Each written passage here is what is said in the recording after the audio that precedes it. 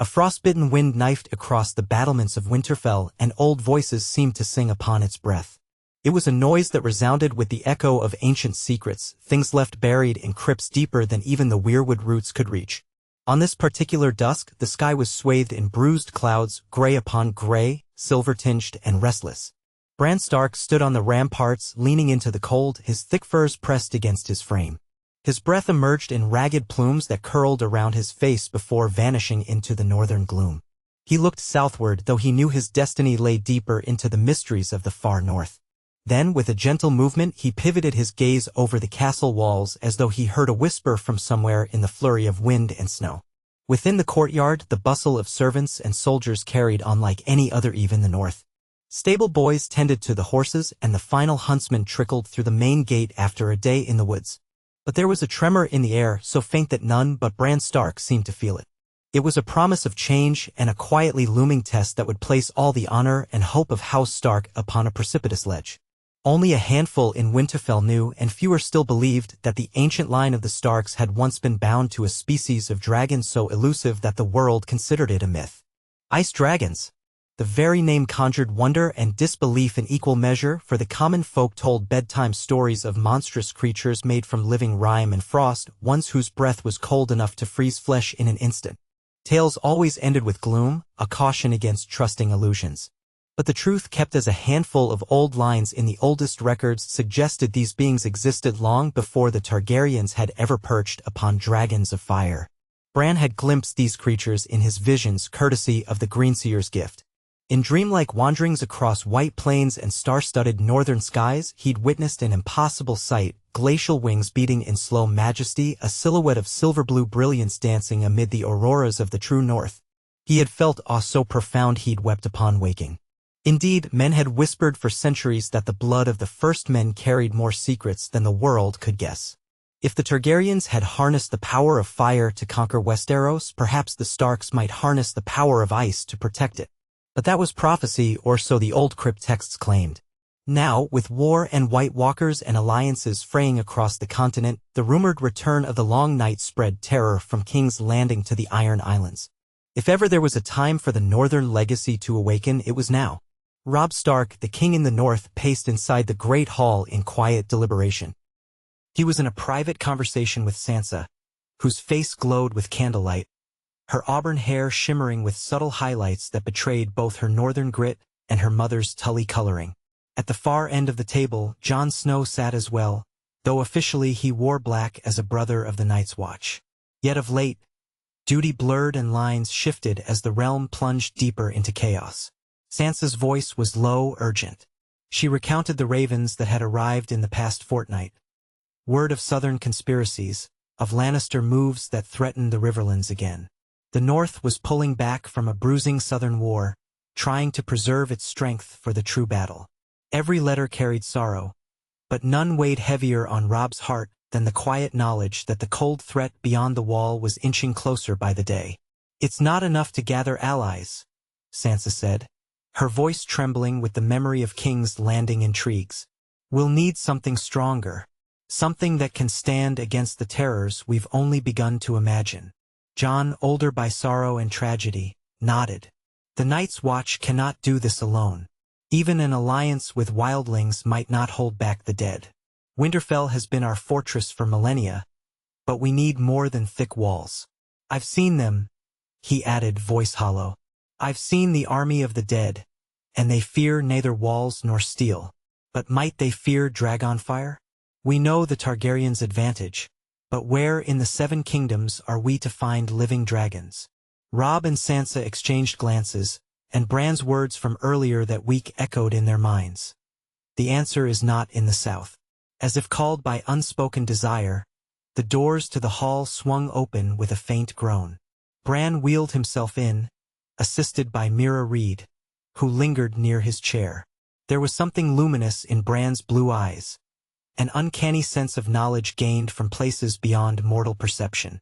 "Ice dragons," Bran said quietly, as though continuing a conversation begun in another room. "We have to go north. We need their power." In the hush that followed, only the crackle of the hearth filled the space. Robb studied Bran's face for signs of jest, but found none. Such was the impetus.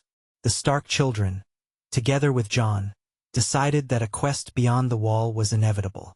Not simply to gather stray free folk and prepare for the oncoming threat, but to see if the old tales of the Stark lineage could be awakened. To see if, somewhere in that endless frost, the ancient bond with creatures of ice could be rekindled. In the gloom of winter's approach, every scrap of hope was precious. Days later they rode out. It was not a vast host. Too many soldiers would only slow the expedition. Robb left behind enough men to defend Winterfell under the command of loyal bannermen, while Sansa stayed to keep the seat of governance stable. Bran insisted on traveling, for the visions came to him. Jon was determined, having faced the horrors of the North. With them came a modest entourage: Mira Reed, her brother Jojen, who still carried flickers of the green sight, and a small band of loyal soldiers, each chosen for skill and courage. The wind wailed like a dirge as they passed through the gates of Winterfell, heading for the distant wall. Ghost, Jon's albino dire wolf, padded alongside them, silent as a wraith. Summer, Bran's dire wolf, prowled close behind, occasionally leaving the group to scout. The two wolves were uneasy, reacting to the intangible chill that clung to the land. Trees soon gave way to the stunted growth of the far north, and every breath stung in their lungs. Yet Bran's resolve was unwavering, his conviction fueled by dream visions of luminous silhouettes in the northern sky. They reached Castle Black after nearly a fortnight, weary but determined. The new Lord Commander, Ed Tollett, was an affable but dour man who greeted them with wry humor. "If you've come for warmth, you'll find none," he muttered, but relief flickered in his eyes. The presence of Starks at the wall felt as though hope itself had manifested. The threat from the far side was no longer hypothetical. The Watch had seen patrols lost in swirling snow and the occasional white wandering in the bleakness. But now there was talk of worse things beyond the mountains, of entire ranks of undead roving with a singular, malevolent will. While the Night's Watch made preparations to defend the wall, Jon and Robb took counsel with Ed Tollett about the expedition beyond. They would need supplies, special gear for crossing glacial terrain, and they would need a guide. One name rose to everyone's lips: Tormund Giantbane. The wildling chieftain, brash and fearless, knew the land beyond as well as any living man could. And so, with a hush of appreciation among the Black brothers, Tormund was summoned from the wildling encampment to meet the Stark party on the far side of the wall. "Dragon hunting in the lands of always winter, is it?" Tormund bellowed, his thick red beard catching the swirling flakes of snow like hungry embers. A grin split his weather-rough face. "And here I thought you southern folk had no sense of adventure." He offered a meaty hand that Robb clasped in earnest. Though Tormund's jokes filled the air with gruff laughter, there was respect in his eyes. Jon Snow had earned his loyalty many times over, and for House Stark, Tormund would brave these deadly lands. So they set out from the northern base of the wall, the enormous edifice of ice looming behind them like a silent guardian. At first, the sun still peeked over the horizon for a handful of hours each day, providing meager light.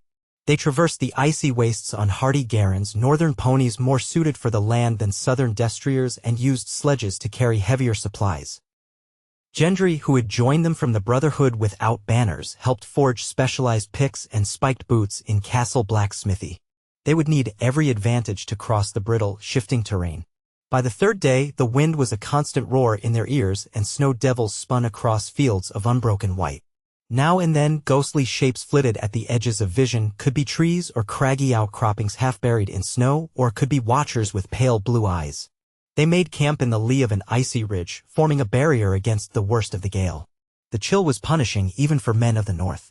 But the direwolves never complained, keeping watch and occasionally returning with fresh kill, a hare or a white fox. Their presence was reassuring. They were guardians in the night, embodying the fierce loyalty of House Stark. Bran felt the call intensifying each day. When he slept, his dreams were filled with swirling images of swirling storm clouds, tall spires of ice, and the colossal shape of a dragon that shimmered with arcs of cold light. In these visions, he sensed no malice, only regal distance and otherworldly power that demanded respect. The ice dragons were fewer than the Targaryen dragons had been, if the legends spoke truly. They were rumored to dwell somewhere beyond even the lands haunted by White Walkers, in a realm of relentless cold. A place where the swirling auroras touched the earth and the ground was a labyrinth of frozen rivers. In the morning, when Bran would awaken trembling, he shared these impressions with the group. Tormund, in his typical candor, would grunt and nod. "Heard the stories as a lad," he said. "My mother used to say a winged monster of ice lived in the highest mount, feeding on frost giants. I always thought it was a bedtime tale to keep me from wandering. Maybe I was half right. The journey pressed on and they lost 2 men to an unforeseen crevasse. One moment the ground was firm beneath them, the next moment it swallowed the riders whole. The survivors became watchful, prodding the crust of snow before taking each step. In the nights, they huddled around small, sputtering fires made from scraps of wood they carried on the sledges, supplemented by dung from the garrons. The smell was vile, but in that land of deathly cold, any heat was precious. The wind moaned ceaselessly, and the black sky glimmered with distant stars that seemed carved from ice themselves. Some nights, the aurora flickered across the sky in ribbons of green and purple and silver, an arc of light dancing in the cosmic vault. During those moments, Bran would slip into a trance guided by the ancient power inside him. He saw illusions of the old gods, or so it seemed, gnarled faces whispering from the heart of a great white weirwood. He saw the ghosts of old kings of winter, each bearing a crown of ice.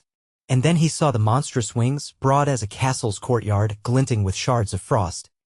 The ice dragon. There were more than one. Bran could not be certain, for they flickered in his mind's eye, ephemeral as dawn mist. But their presence felt indisputable, and each time, the dream vision tugged him onward, urging him to continue his trek. It was an invitation and a warning both, as though only by proving his courage and resolve could he stand face to face with such a creature. When the first white attack came, it was swift and brutal. A swirl of white in the dim twilight resolved into half-decayed corpses lunging at the flank of their column. The battle was chaos. Mira and Jojen Reed fought side by side, slender spears and nets swirling as they pinned the undead. Jon Snow wielded Longclaw, its Valyrian steel glinting, and struck down a pair of wights. Robb Stark, carrying an heirloom blade, hacked at the creature's limbs, all while Tormund howled like a fury. The dire wolves leapt in savage arcs, tearing at rotted throats. Yet the wights kept coming, arms outstretched. Only fire or dragonglass or Valyrian steel could end them truly. Some of the men panicked, but they soon rallied under Robb and Jon's commands. Torch flames licked the night, and the stench of burning flesh fouled the air. Bran, though not a warrior, felt a swell of power. The old magic coursed through him. He reached out in his mind, seeking the pack bond he shared with Summer. With a fierce urgency, he urged the direwolf forward, directing it into the thick of the fight. Through Summer's senses, he felt teeth close over brittle bone. The sensation was horrifying and exhilarating in the same breath. Cold emanated from the undead as if from a deep winter cave. In the end, the group prevailed, leaving charred, sundered bodies in their wake. The cost was high. 3 more men were slain. The gloom settled heavily afterward, for every casualty was precious in that desolate land. Still, they pushed on. Another week passed, and the cold worsened. Blizzards raged, sometimes forcing the group to huddle for days in makeshift shelters of carved snow. Frostbite threatened exposed skin.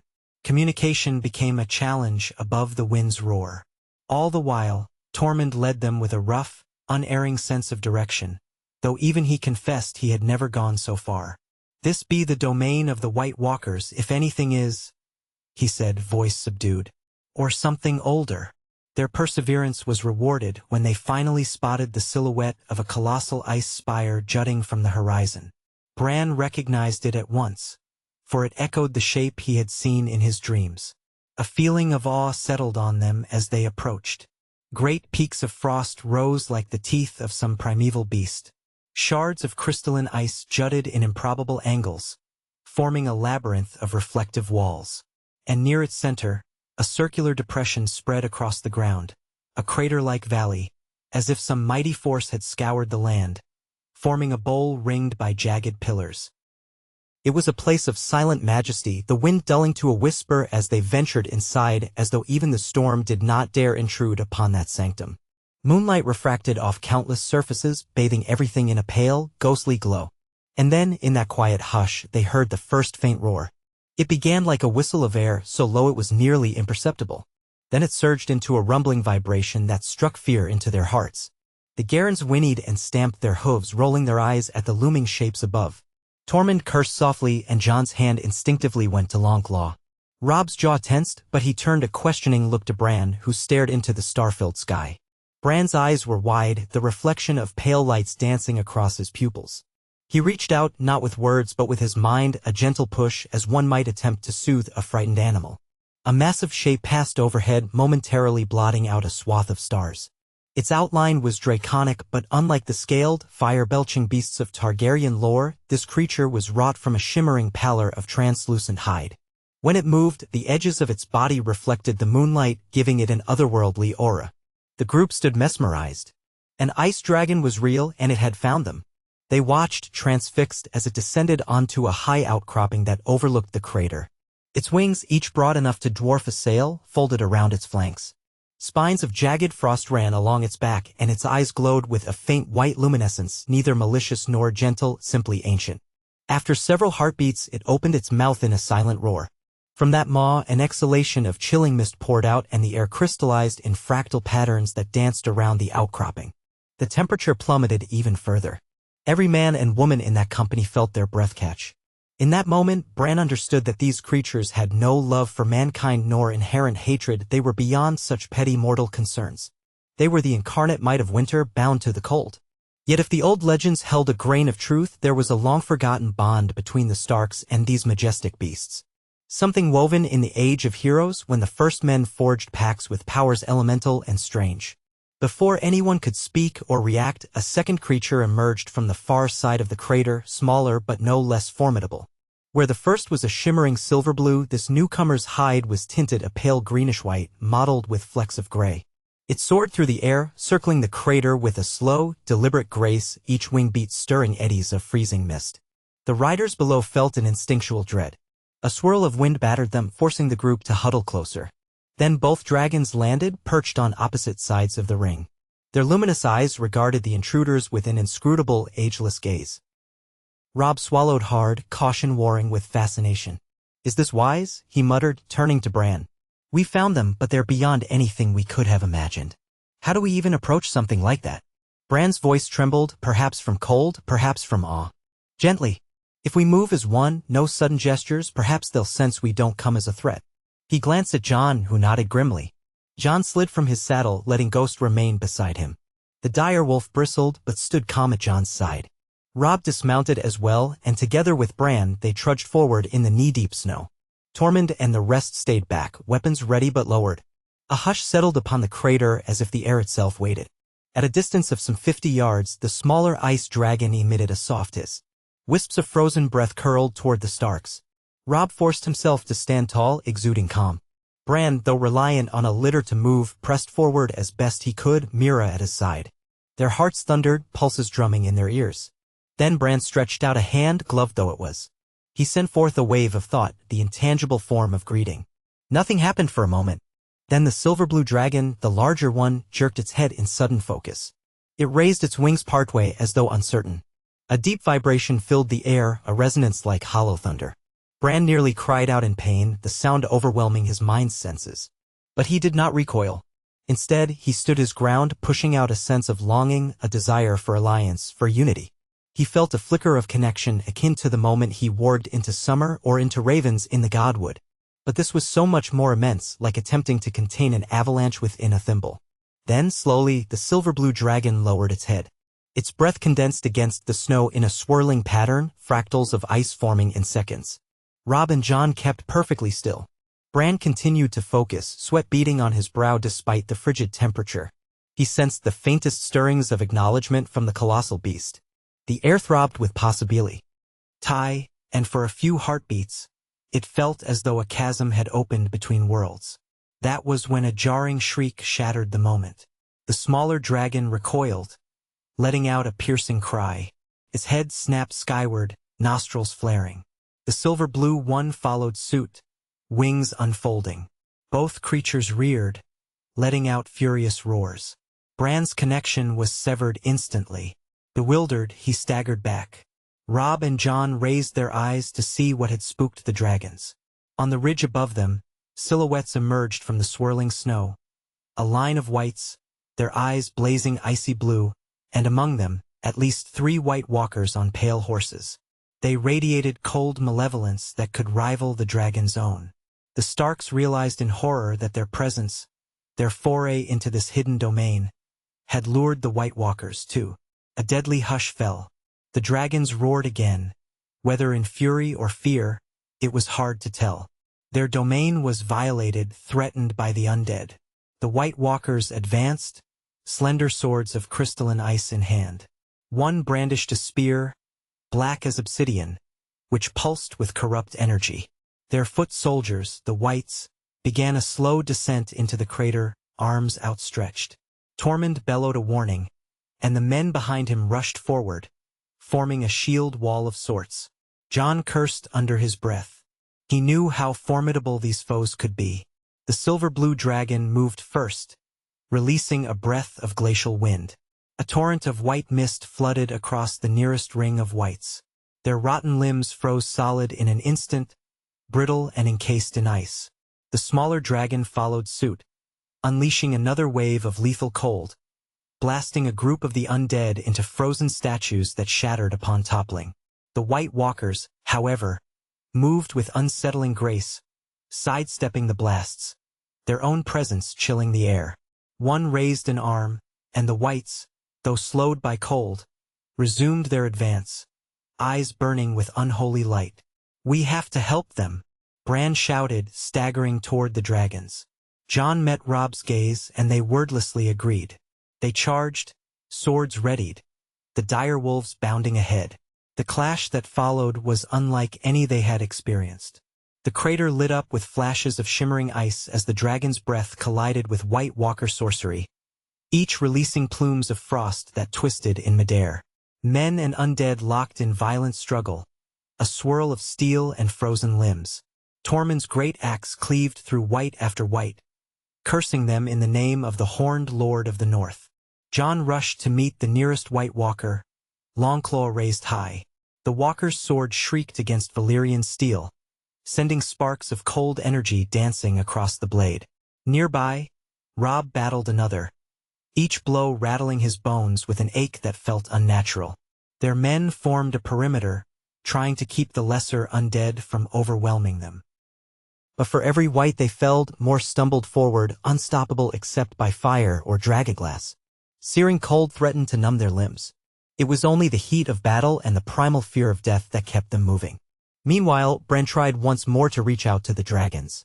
In the swirling snow and chaos, he felt Summer at his side, snarling as the wolf tore into a frozen corpse. The silver-blue dragon lunged with fangs that glowed with the bluish radiance of pure ice, snapping a walker's horse in half. But as it turned to exhale another breath, one of the walkers hurled the black spear. The weapon sang through the air with lethal precision. Bran cried out, powerless to stop it. The dragon, strong but not invincible, shrieked in pain as the spear struck near its shoulder. A black fracture rippled across its translucent hide, spiderwebbing outward like a wound that seeped darkness. Staggered, the beast roared and lashed out with a hail of icy shards that spewed from its maw, impaling the undead in a savage counterattack. Dozens of Whites fell, shattered into splinters of frozen flesh. But the dragon itself collapsed onto its side, breath labored, eyes flickering with agony. Horror seized the hearts of every witness. The smaller dragon emitted a high, keening sound, bounding to its fallen kin, so focused on protecting it that it left an opening. Another White Walker took advantage, raising a sword and advancing. At that moment, Jon Snow rushed forward, intercepting the pale foe with a savage swing. Their blades connected, and a crescendo of icy sparks flared. The walker hissed, impossibly fast, its eyes blazing. Jon gritted his teeth, using every ounce of his strength. The memory of his previous encounters with these unnatural beings fueled him. A sudden twist gave Jon an opening, and he drove Longclaw through the walker's torso. The creature screeched and exploded into shards of pale ice. For a heartbeat, Jon stood triumphant, chest heaving, but more Whites bore down, clawing at the smaller dragon's hind legs. Robb, slicing his way through the throng, made it to the dragon's side. He brandished a dragonglass dagger in his offhand, stabbing Whites with precise ferocity. Mira Reed, agile as ever, joined him, her net tangling the limbs of undead so Robb could deliver the killing blow. The smaller dragon whipped its tail, knocking the Whites away, but even as it fought, it hovered protectively near the wounded Silverblue. Another White Walker prepared to throw a spear. Robb sprinted, ignoring the burn in his lungs. He hurled his dagger, and by sheer fortune it caught the walker's arm, causing it to drop the spear. The White Walker turned, baleful eyes fixing on Robb. An inhuman shriek raked the air. Robb tried to retrieve another dragonglass blade from his belt, but he was too slow. The walker's sword slashed toward him, certain to bite deep into his side, until a streak of gray fur intervened. Grey Wind, Robb's dire wolf, sprang forth, intercepting the blow with savage devotion. The blade cut the wolf across the flank, but Grey Wind latched onto the walker's leg with monstrous force. Robb seized the opening, driving the second dragonglass blade into the walker's chest. Shards of icy flesh erupted outward as the creature disintegrated. Grey Wind collapsed, whimpering in pain, but alive. On the other side of the crater, Tormund and the Stark men fought valiantly, holding back the majority of whites with a ring of torches. Fire was their ally. Shouting war cries, they jabbed and hacked, each blow an act of defiance against the insensate horde. Overhead, thick clouds churned, and the swirling ribbons of aurora began to flicker in more intense, erratic patterns as though the very skies reflected the clash of elemental forces below. With 2 White Walkers destroyed and the largest ice dragon gravely wounded, the tide of battle hung in precarious balance. The Whites continued to surge forward, but the smaller dragon unleashed a thunderous roar that reverberated through the ice spires. Answering roars echoed from the far side of the horizon. For one terrifying moment, Jon feared an entire flight of these creatures might descend, uncertain whether they would come to help or to tear them apart. But there was no time to dwell on the possibility. Bran, trembling from the exertion of his attempts at forging a mental bond, called out, "Hold them off. Keep them away from the wounded dragon." The men complied, forming a desperate perimeter as the undead battered against their shields. Blood stained the snow. Tormund, a ragged gash on his arm, roared with the fury of a wounded bear. Jon and Robb fought side by side, each parrying blows with a skill honed by years of training, though they had never faced a foe quite like this. The smaller dragon whipped its tail, crushing lines of whites, while occasionally letting out another blast of icy breath. Yet the undead pressed on. They were devoid of fear, unstoppable until entirely obliterated. In the swirling chaos, Bran summoned the last dregs of his greenseer power. Closing his eyes, he extended his consciousness not just to the dire wolves but to the environment itself. He felt the swirling life forces that lay dormant in the ancient ice beneath his feet.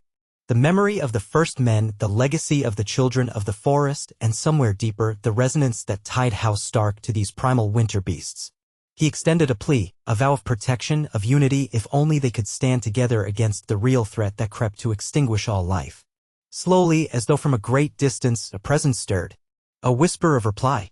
Then, from the gloom beyond the crater's ridge, an answering roar shattered the air. All eyes turned skyward as a third ice dragon soared into view, its wings spanning an impossible breadth. It was older, larger than the wounded one, and crackled with arcs of silver radiance. The heartbeat of the land itself seemed to thunder. A swirl of starlight sparkled across its crystalline hide. With a single, titanic downbeat of its wings, the newcomer descended upon the mass of whites, unleashing a gargantuan torrent of freezing wind. Scores of undead froze, shattered, or were flung aside like leaves in a tempest. The White Walkers, seeing this new arrival, tried to counter with their ice spears, but the dragon whirled in midair, gracefully avoiding the deadly projectiles. Its roar shook the ground, resonating with an ancient, unyielding power. Reinforced, the smaller dragon redoubled its efforts, shielding the wounded Silverblue. Robb, Jon, and Tormund seized the opportunity to press the attack. Fire and dragonglass wrought a heavy toll. Soon, only one White Walker remained, perched on a ledge with a spear in hand, its pale horse long since lost. Before it could launch the spear, the newly arrived dragon swiped with an immense foreclaw, smashing the walker into ice shards. With their masters undone, the remaining whites crumpled into lifeless husks, blackened and stiff. Like a sudden gale falling silent, the battle ended. The men stood, panting, adrenaline coursing through them.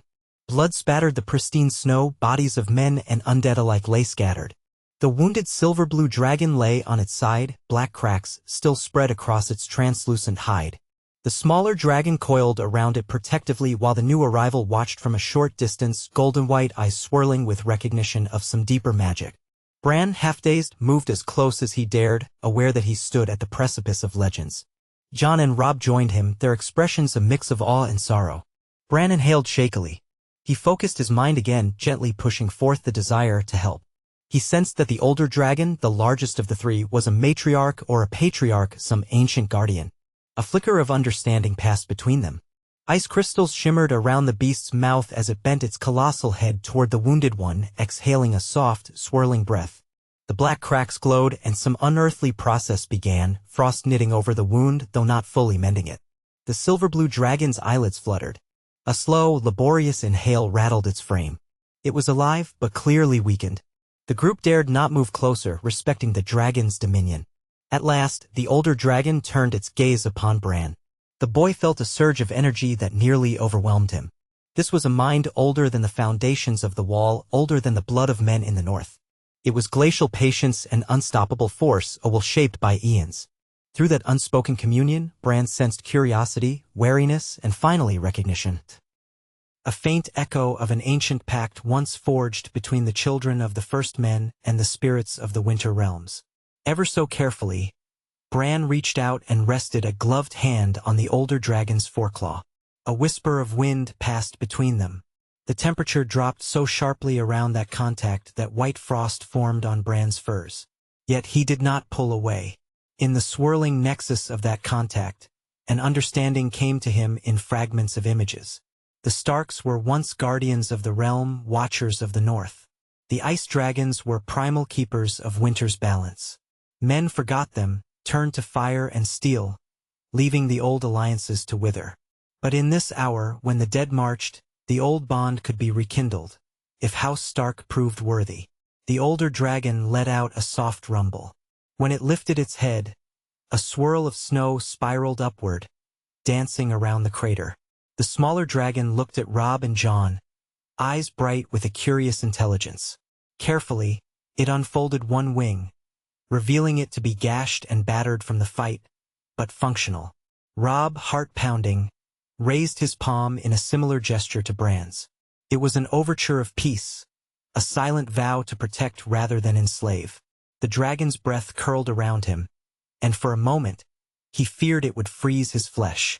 But though the air pricked him with biting cold, he stood firm. Jon had no illusions that they could simply command these creatures. If the Targaryens claimed dominion over dragons, the Starks would seek a more mutual alliance. Watching how the older dragon and Bran seemed to share some intangible link, Jon realized that everything was different with ice dragons. One did not ride them with whips and chains. Any unity would have to come through a bond of respect, perhaps the same intangible magic that let the Starks warg into wolves. The price for such an alliance would be steep, tested by will and loyalty. Yet hope flared in Jon's chest. He thought of the Night King's unstoppable legions. Perhaps the power of these dragons could match the dark magic animating the army of the dead. The swirling winds carried a hush once more. Tormund approached, battered and wounded, but alive. Mira tended to Jojen, who had taken a blow to the head. He was breathing but unconscious. Men staggered around, collecting the wounded and building pyres for the fallen so they would not rise again. The bitter cold seeped into every bone. Yet overshadowing all that pain was the presence of the ice dragons. Majestic, unearthly, real. They made no attempt to flee or attack now. The matriarch moved toward the crater's edge, fanning its wings, perhaps ready to depart. It issued a low call. The smaller dragon and the wounded silver blue lifted their heads, responding in kind. The men braced, uncertain whether the beasts would vanish into the night. But the smaller one lingered, stepping gingerly across the ice to approach Bran and Robb. Each step sent faint cracks through the crust. The creature bent its colossal head down, eyes level with theirs. A trembling overcame Robb, not a fear so much as awe. He spoke in a hush. "We came here to find you, to stand against the darkness. We mean you no harm." The words felt small and inadequate against the immensity of what stood before them. Yet the dragon's gaze softened, if indeed such a term could be applied to an ancient being of frost. In slow, tentative motions, the smaller dragon's breath curled around Bran and Robb. It was cold, yes, but not the lethal freeze from before. A swirl of hoarfrost formed a delicate pattern on Robb's bracers. Bran managed a thin smile, his lips blue-tinged. He looked up into the dragon's eyes. When he spoke, it was as if a part of the old language coursed through him. "We will protect your kin as we protect the North or die trying." There was no guarantee the dragon understood the words precisely, but perhaps it sensed the intention. It bowed its head, pressing its snout gently against Robb's chest. Robb blinked in disbelief, feeling the chill seep through his armor, but he stood unwavering. In that moment, House Stark and the ice dragons became intertwined in destiny. The older dragon released a final roar, turning its gaze beyond the horizon as though issuing a call to the storms. Then, in a slow, regal motion, it scooped the wounded silver blue with a protective forelimb. Its monstrous wings opened, scattering snow in a whirlwind. With a leap, it took flight, the smaller dragon following. Just before ascending entirely, the smaller dragon paused, turning back to gaze upon the battered humans in the crater. An unspoken promise lingered in that glance, a vow that their fates were now joined. Then the beast soared away, silhouettes against the aurora vanishing into the swirling, star-studded skies. The men stared after them in stunned wonder. A hush overcame them, broken only by the crackle of torches. Tormund exhaled, "Well, I'll be damned. Maybe those stories had some truth after all." Jon turned to Bran, noticing tears in the younger Stark's eyes, which he suspected were caused not by the biting wind but by the profundity of what had just occurred. Robb laid a hand on Bran's shoulder. "We have to make our stand against the long night," Robb said, his voice subdued but carrying a new edge of determination. "And we're not alone anymore." At dawn, the survivors lit pyres for the fallen. Smoke rose to meet the pale, cold sky. Some of the men wept openly, for they had lost friends and kinsmen. Others wore numb expressions, uncertain how to comprehend the night's events. Yet each of them recognized they had glimpsed a wonder that few mortals ever would. They had seen the raw power of living winter, and they had emerged with a tenuous alliance. Tending to the wounded took the better part of the morning. Jojen Reed stirred, blinking at the bright snow. Mira cradled his head in her lap, feeding him bits of broth. Grey Wind, though injured, dutifully licked Robb's hand, refusing to let his master out of sight. Spirits were wounded but not broken. As soon as they were able, Robb and Jon called a council. They discussed their next steps. They had come for the dragons, and they had found them. They had gleaned that these creatures were not mindless beasts but rather ancient guardians with whom House Stark once shared a bond. Yet forging that alliance into something usable in the war against the dead would require more than a chance meeting. Bran proposed that they seek the guidance of the children of the forest, if any still remained in hidden caves. Their wisdom might shed light on how to strengthen this newly awakened bond.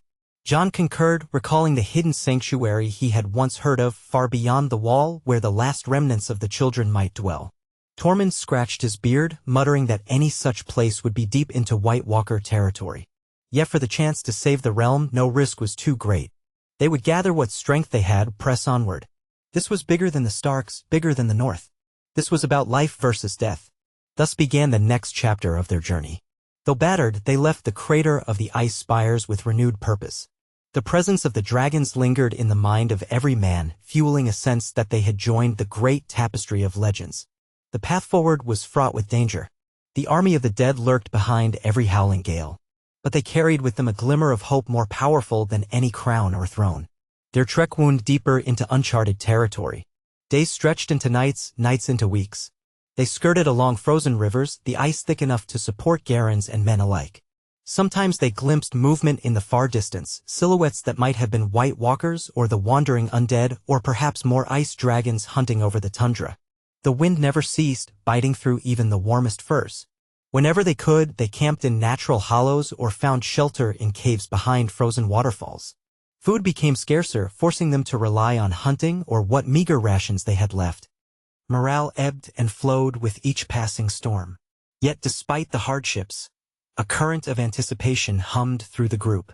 Each night, Bran's dreams took him deeper into the winter labyrinth, showing him glimpses of a weirwood grove hidden in the heart of a mountain range. In these visions, trees with bone-white bark and red leaves whispered secrets older than men's memory. He saw the swirling shapes of ice dragons overhead and heard faint chanting in the old tongue. Each morning, Bran shared what he could recall. Jojen nodded, confirming that he, too, felt a pull toward that place. Mira and Tormund were skeptical but trusted in the intangible guidance that had carried them this far. Eventually, they reached the foothills of a sprawling mountain chain. The peaks knifed the sky, forming a jagged horizon. Endless storms battered those summits, swirling columns of snow forming ephemeral spires in the wind. Tormund scouted ahead, leading the group in a careful ascent, searching for the paths that Bran's visions had revealed. The gloom thickened with each step upward, and the temperature was so low that exposed skin froze in minutes. Jon wondered whether men were truly meant to tread such places. On a bitterly cold evening, they stumbled upon a grotto partly hidden by curtains of icicles. Something about this place felt old, alive, charged with the resonance of ancient magic. Bran insisted they stop and explore. The men used picks to clear some of the ice, revealing a narrow opening. One by one, they squeezed inside, torches sending dancing shadows across walls of ice-laden stone. The air was still, thick with the smell of damp earth. As they proceeded, the corridor opened into a natural chamber. Stalactites of ice hung from the ceiling, and the walls were etched with strange symbols that reminded Jon of the sigils the children of the forest once carved.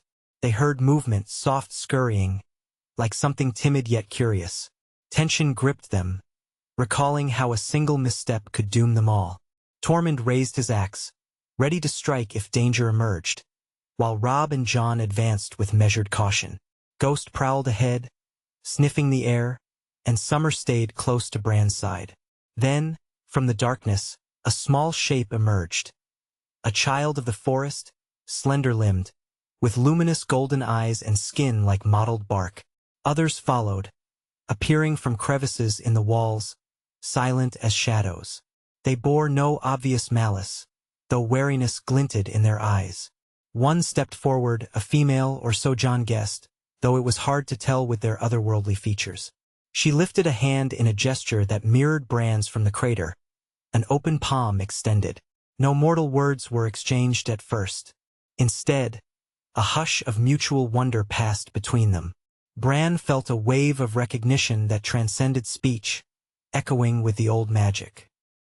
He sensed the presence of the Greenseers who once lived among these children, the Watchers of the North who guarded the realm in forgotten centuries. Bran bowed his head in respect. The child who stood at the forefront blinked slowly, then spoke in a soft, musical voice that seemed to echo with leaves rustling. "You have come far, three-eyed raven." Jon, Robb, and Tormund exchanged looks, uncertain of what to say.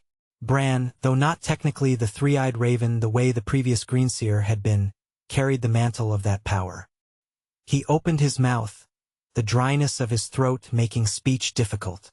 "We seek knowledge, an alliance. The ice dragons. We found them, fought alongside them, and we need their power to stand against the army of the dead." The child of the forest tilted her head, as though listening to distant echoes. The others behind her whispered in a language older than the Undulls, older than the first men. Their eyes flicked to Jon and Robb, to Tormund's hulking form. Finally, the one who spoke gave the faintest nod. "Long have we waited. The pact was not broken by us, but by men who forgot. Yet the North remembers. Your blood remembers." An uneasy hush followed. Jon cleared his throat. "Can you help us?" He thought of all who depended on them, Arya, Sansa, and the people of the North who could not fight the dead on their own. If the children refused, or if they demanded a price too high to bear, what hope remained? The child turned to Bran. "The dragons of ice are old as the weirwoods, but they were never tamed. They will not bow to you. Their bond can only be forged through sacrifice, through devotion that transcends mortal fear. Are you prepared to give what is asked?" Bran took a slow breath. He glanced at Robb, who nodded, unwavering. Jon offered a curt nod as well. Tormund's brow furrowed, but he remained silent, accepting that these matters were beyond his ken. "We are prepared," Bran said. "Then come," the child replied. She beckoned them deeper into the grotto. The men squeezed through another passage, half crouching beneath the low ceiling. The flicker of their torches revealed a labyrinth of icy stone corridors. At last they emerged into a grand chamber dominated by a massive weirwood root that snaked through the rock overhead. The bark was pale as bone, the carved face in the wood sporting eyes that wept red sap. Soft luminescent fungi glowed at the base of the root. A hush fell on the group, for they felt the presence of the old gods palpably, as though they stepped into a sacred place that transcended the boundaries between worlds. "This is a crossroads," the child said, her voice echoing. "Here the powers of nature converge. We have guarded it since the Dawn Age. If you seek to bind your fates to the ice dragons, you must open yourself fully to the old magic. There will be pain, an ordeal that tests your hearts." She approached Bran with quiet solemnity. Will you guide them, three-eyed raven? Bran's chest tightened. He was no master of this gift, he was more a vessel of it, struggling to understand. But if not him, then who? I will try, he whispered. Robb clasped Bran's shoulder. Jon waited, expression grimly resolute, while Tormund stood to the side, arms crossed, uncertain but loyal. The children began to chant, voices weaving in intricate harmonies, and the chamber's air grew thick with an ancient power. The weirwood root pulsed with subtle light, the red sap trailing down like tears. Bran felt his consciousness expand, drifting away from his body.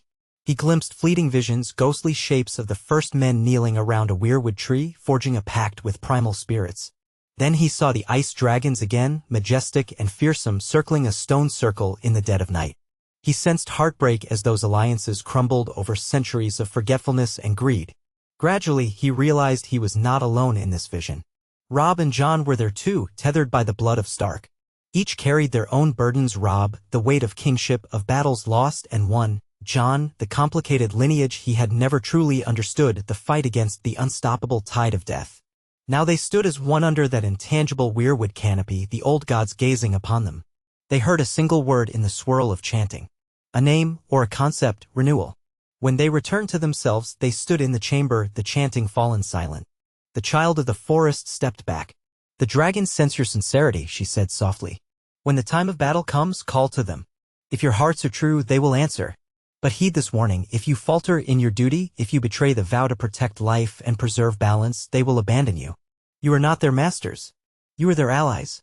The import of those words settled heavily on Jon, on Robb, on all of them. The North had known harsh lessons about betrayal and broken vows. But House Stark prided itself on honor, and the old gods had tested them enough to know they would not lightly forsake any oath. In the hours that followed, the children offered what aid they could: healing herbs for the wounded, safe passage through hidden tunnels that wound beneath the mountains, emerging closer to the lands near the wall. They could not escort the humans all the way, for their domain was perilous even to them. But they pointed a path that would shave weeks off the return journey, letting the Starks bring word back to Winterfell. Once the final plans were laid, the men prepared to depart. Though they were anxious to ride for the safety of the wall, there was a sense that they were leaving behind a piece of living history. None could say if they would ever return to this secret grotto. Before they left, Bran offered the child who had spoken an earnest expression of gratitude. We will not forget this kindness. His voice shook with emotion. So many in Westeros believed the children extinct or inconsequential. Yet without their help, the Starks would be lost. Her golden eyes regarded him calmly. Go. Keep your vow. This world has enough heartbreak. And with that, she vanished into the shadows along with the others, leaving only the echo of her words behind. The journey home was no less grueling. They moved through the labyrinthine tunnels for days, occasionally seeing flickers of movement that might have been other children. Once, the group heard the distant roar of an ice dragon reverberating through the stone. The sound made their hearts race, but it was strangely reassuring. Each night, Bran tried to glean further insight from his green seer dreams, but mostly he glimpsed scattered images of the White Walkers massing in the far north, their ranks swelling with fresh corpses from unguarded settlements. Time was short. All too soon, the army of the dead would march in unstoppable force. Yet now the Starks carried a secret hope, the promise of the Ice Dragons alliance. If they could muster their own forces, fortify the alliances with the southern lords who remained loyal or rational, perhaps the living could hold back the endless night. Emerging from the tunnels, the group found themselves in a valley some leagues east of the Fist of the First Men. The wind howled bitterly, but after the stifling darkness of the underground passages, the open sky felt almost liberating. They pressed onward, eventually rejoining the path that led to the wall. They lost 2 more men to frostbite and exhaustion along the way, paying the steep cost of venturing so far beyond the realm of men. Yet by the time they sighted the colossal edifice of ice in the distance, relief coursed through them all. Castle Black greeted them with guarded enthusiasm. The Black brothers who manned the ramparts cheered at the return of Jon Snow and Robb Stark, though they were alarmed by the battered state of the survivors. Ed Tollett, the Lord Commander, listened gravely to their account, his normally dour face transforming into one of hushed disbelief when he heard of the Ice Dragons. They wasted no time sending ravens to Winterfell and beyond, summoning allies for the war that loomed. The new knowledge changed everything. If the Targaryens once used fire to conquer, House Stark might now employ ice to defend the realm. The irony was not lost on them. News spread like wildfire across the north. While some bannermen scoffed or whispered that the king in the north had been driven mad by the cold, others felt a surge of excitement. The ancient sagas of the kings of winter soared back into memory, fueling a sense that destiny was unfolding anew. Sansa Stark, upon receiving the raven, clutched the parchment with trembling hands, tears glistening in her eyes. She had prayed for a miracle to stand against the horrors threatening their home. Perhaps this was it. In the weeks that followed, Winterfell braced itself. Armies mustered.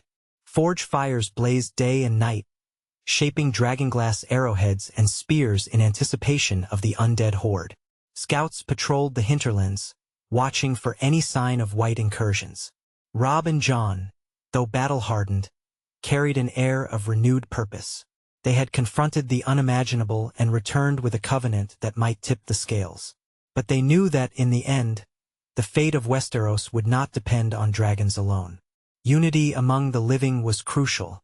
Letters were sent to every corner of the Seven Kingdoms, urging a truce in all petty wars to face the common enemy. Some responded with cautious support. Others were too entangled in their ambitions to heed the call. Throughout this hectic period, Bran spent long hours in the God's Wood of Winterfell, communing with the Heart Tree. His dreams teemed with visions of the upcoming battle. Swirling storms of snow and ice, armies of wights clashing with living soldiers, dragons of frost diving overhead. Yet always looming in the background was a presence, an entity of malevolent cold, the Night King himself. Bran sensed that the final confrontation would happen on the plains between Winterfell and the Wall, or perhaps even at Winterfell's doorstep. The memory of Hardhome haunted Jon. He had seen what the Night King could do, raising the dead with a mere gesture. Late one evening, as the moon hung low over the battlements, Robb, Jon, and Bran met in the Godswood, accompanied by Ghost and Summer. The Heart Tree's face watched them with silent intensity, eyes carved in a sorrowful expression that dripped with red sap. In that sacred hush, the three shared a quiet vow. "No matter the odds, we stand together," Jon said, pressing a hand to the trunk of the Heart Tree. "We are of one blood, one pack. The lone wolf dies, but the pack survives." Bran whispered, "The old gods guide us." Robb, his voice steady, concluded, "And we will not falter." Days bled into weeks. Scouts reported sightings of large numbers of wights crossing the Frostfangs. Rumors said a winter storm stretched across the entire north, blanketing farmland in deep drifts, rendering roads impassable. The atmosphere at Winterfell was tense, as though the entire realm held its breath. War horns sounded occasionally, heralding new arrivals of northern bannermen. Karstarks, Mormonts, Glovers, all came to stand behind the king in the north. They brought spears, swords, and hearts full of grim resolve. Even House Umber, though battered from skirmishes with the Boltons in earlier conflicts, answered the call. The North was uniting as it had not in generations. News arrived of Southern lords who declared their intention to march north and lend support, though the measure of that support remained uncertain. Everyone braced for the worst. In fleeting moments of calm, the Stark siblings thought of better days, of their father's quiet lessons in honor, of their mother's unwavering devotion. The memory of Ned Stark cast a long shadow. Perhaps it was that memory more than anything that gave them the courage to stand firm. One day, with the sky a gray, roiling mass overhead, word came that the army of the dead was no more than a week's march from Winterfell. Jon ordered the evacuation of nearby villages, urging common folk to take shelter behind the walls. The smaller castles, fewer in number after so many ravages, sent what men they could spare. The last alliance was forming. A final stand, perhaps, if the worst came to pass. As the realm prepared, the question of the ice dragons lingered in every mind. Would they truly answer the call of House Stark? Could mortal men truly ally with such primal beings? Each evening, Robb and Jon patrolled the battlements, scanning the horizon for silhouettes in the sky. Some nights they heard distant roars carried on the wind. Yet none could say if those roars were real or illusions of hope. Finally, an eerie calm fell on Winterfell. The day was dark, as though the sun refused to shine. Snow drifted across the courtyard and the wind howled with lonely fury. Soldiers lined the walls, clad in furs and leathers, hearts thumping. In the great hall, Sansa remained with the maesters and a small retinue coordinating supplies for the infirmary. She had steeled herself to do whatever it took. Arya was still away, rumored to be traveling with a mysterious companion on dire errands, but her spirit was felt in every corner. The might of House Stark was present in many forms. Overhead, ravens circled, restless. If one listened closely, they might hear faint chanting from the heart tree, the old magic thrumming through the roots of Winterfell. Then the horns blew, a long, mournful note that sent chills through every soul. Scouts on the ramparts shouted of a great mass of shapes emerging from the snowy haze to the north. The army of the dead had arrived. A hush of dread and determination settled on the defenders. Men readied their arrows tipped with dragonglass, and archers stood by braziers loaded with flame-touched oils. Jon took command of a battalion of Night's Watch men stationed on the outer ramparts. Robb led the main force in the courtyard. Bran remained in the Godwood, accompanied by Mira, Jojen, and those who understood the necessity of protecting the Green Seer at all costs. The direwolves roamed the walls, bristling with aggression. Through the falling snow, the undead legion advanced, row upon row of lifeless eyes glowing in icy blue. At their forefront strode the tall, silent figures of White Walkers wreathed in cold malice. The wind carried their rancid stench, and their footsteps made no sound on the snow. Far behind them, half-shrouded by swirling drifts, was the Night King upon an undead horse, tall and regal in his horrifying way. He raised an arm, and the legion stopped. A dreadful stillness settled over the field, broken only by the hiss of the wind. For a single heartbeat, no one moved. Then the Night King's arm fell, and the army of the dead surged forward as one. War horns blared from the walls. Archers loosed flaming arrows into the mass, and a volley of dragonglass-tipped projectiles sliced into the whites, felling dozens. Yet there were thousands more pressing behind them. Catapults hurled pots of burning pitch that splattered against the front lines, setting them alight. Screams, inhuman and grotesque, mingled with the roar of flames. But the dead did not feel pain or fear. They pressed on, crawling over the burning corpses of their own ranks. Jon shouted commands, voice hoarse, urging defenders to maintain formation. The first wave of whites smashed into the sharpened stakes and the ring of fire trenches that had been prepared. Many whites fell, twitching even as others spilled around them. At points where the lines faltered, the White Walkers advanced, their presence encouraging the dead to rise again if they had not been destroyed by flame or dragonglass. Within minutes, the clash was chaos. Men swung swords in desperation, holding the ramparts while the whites clawed upward. Ladders fashioned of bone rose against the walls. The defenders thrust them aside, but more and more replaced them. Tormund led a furious defense on the eastern flank, his axe cutting through undead torsos, cursing them as if vile insults alone could banish their unholy presence. In the courtyard, Robb supervised reserves, sending troops to bolster weak points. The din was deafening. And still, the dead advanced. Ghost and Summer darted across the ramparts, tearing out undead throats. But for every white killed, another two climbed over the parapets. The storm overhead deepened, swirling black clouds that spat sleet and hail. At times, the defenders struggled to see more than a few feet in front of them. The ground grew slick with blood and gore. Then came the White Walkers in earnest, striding through the chaos with an eerie calm. Each swung a blade of ice that shattered normal steel. Brave men died in moments. Jon met one of them head-on, long claw ringing with each sea. Flash. He parried, ducked a lethal blow, then slashed upward. The walker hissed, stumbling back, but not destroyed. A second stroke, expertly placed, shattered the White Walker into a shower of crystalline shards. But Jon had no time to breathe.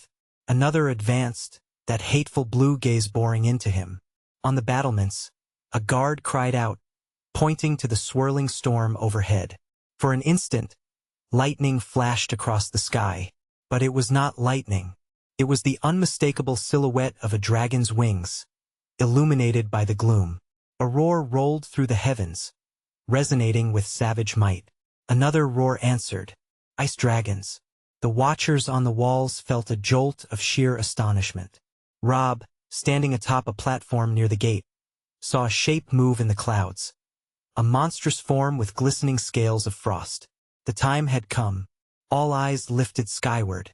Through the swirling snow, the smaller ice dragon, now evidently recovered, descended, unleashing a torrent of cold breath upon a swath of whites clustered near Winterfell's outer walls. Flesh and bone froze solid in an instant, cracking and shattering under their own weight. The defenders cheered in ragged relief. A second dragon came next, the matriarch, arcs of blue-white energy dancing along her body. She struck like a thunderbolt, scooping up whites in her jaws, flinging them aside as she soared past.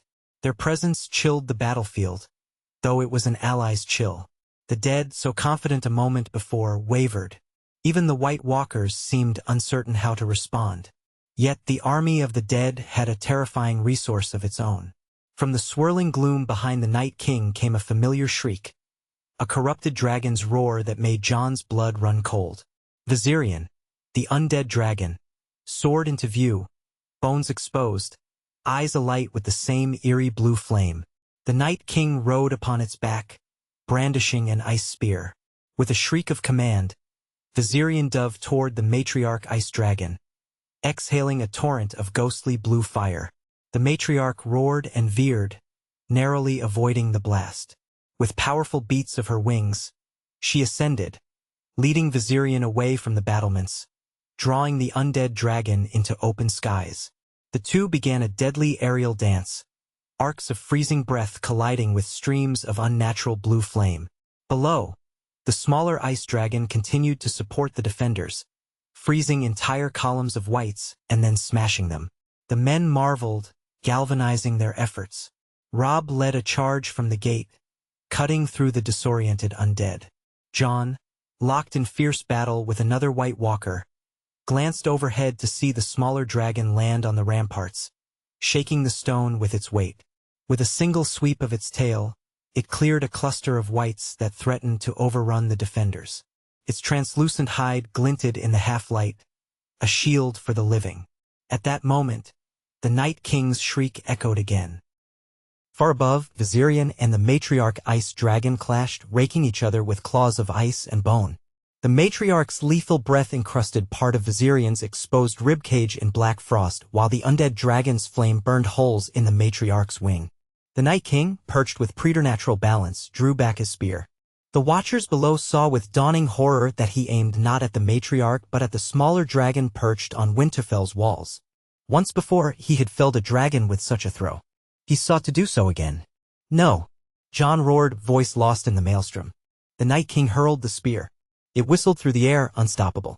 But in that final heartbeat, the matriarch ice dragon slammed into Viserion with all her might, knocking his aim astray. The spear whirled wide, striking the battlements below, shattering stone. The defenders scattered, debris raining down. The matriarch roared, seizing Viserion's neck in her jaws, delivering a devastating bite of freezing power. The undead dragon shrieked in agony as cracks of black ice formed across its already decaying body. Yet even as Viserion began to buckle, the Night King leapt from its back, impossibly landing on the matriarch's flank. He raised a pale hand, pouring forth some hideous magic that assaulted the dragon's mind. The matriarch twisted in pain, wings flailing. For an instant, it seemed as though the matriarch would be subdued by his corrupt power. Then the smaller dragon lifted from the walls, soared up with a keening cry. Spurred by the intangible bond with the Starks, it slammed into its mother's flank, dislodging the Night King before he could fully corrupt her.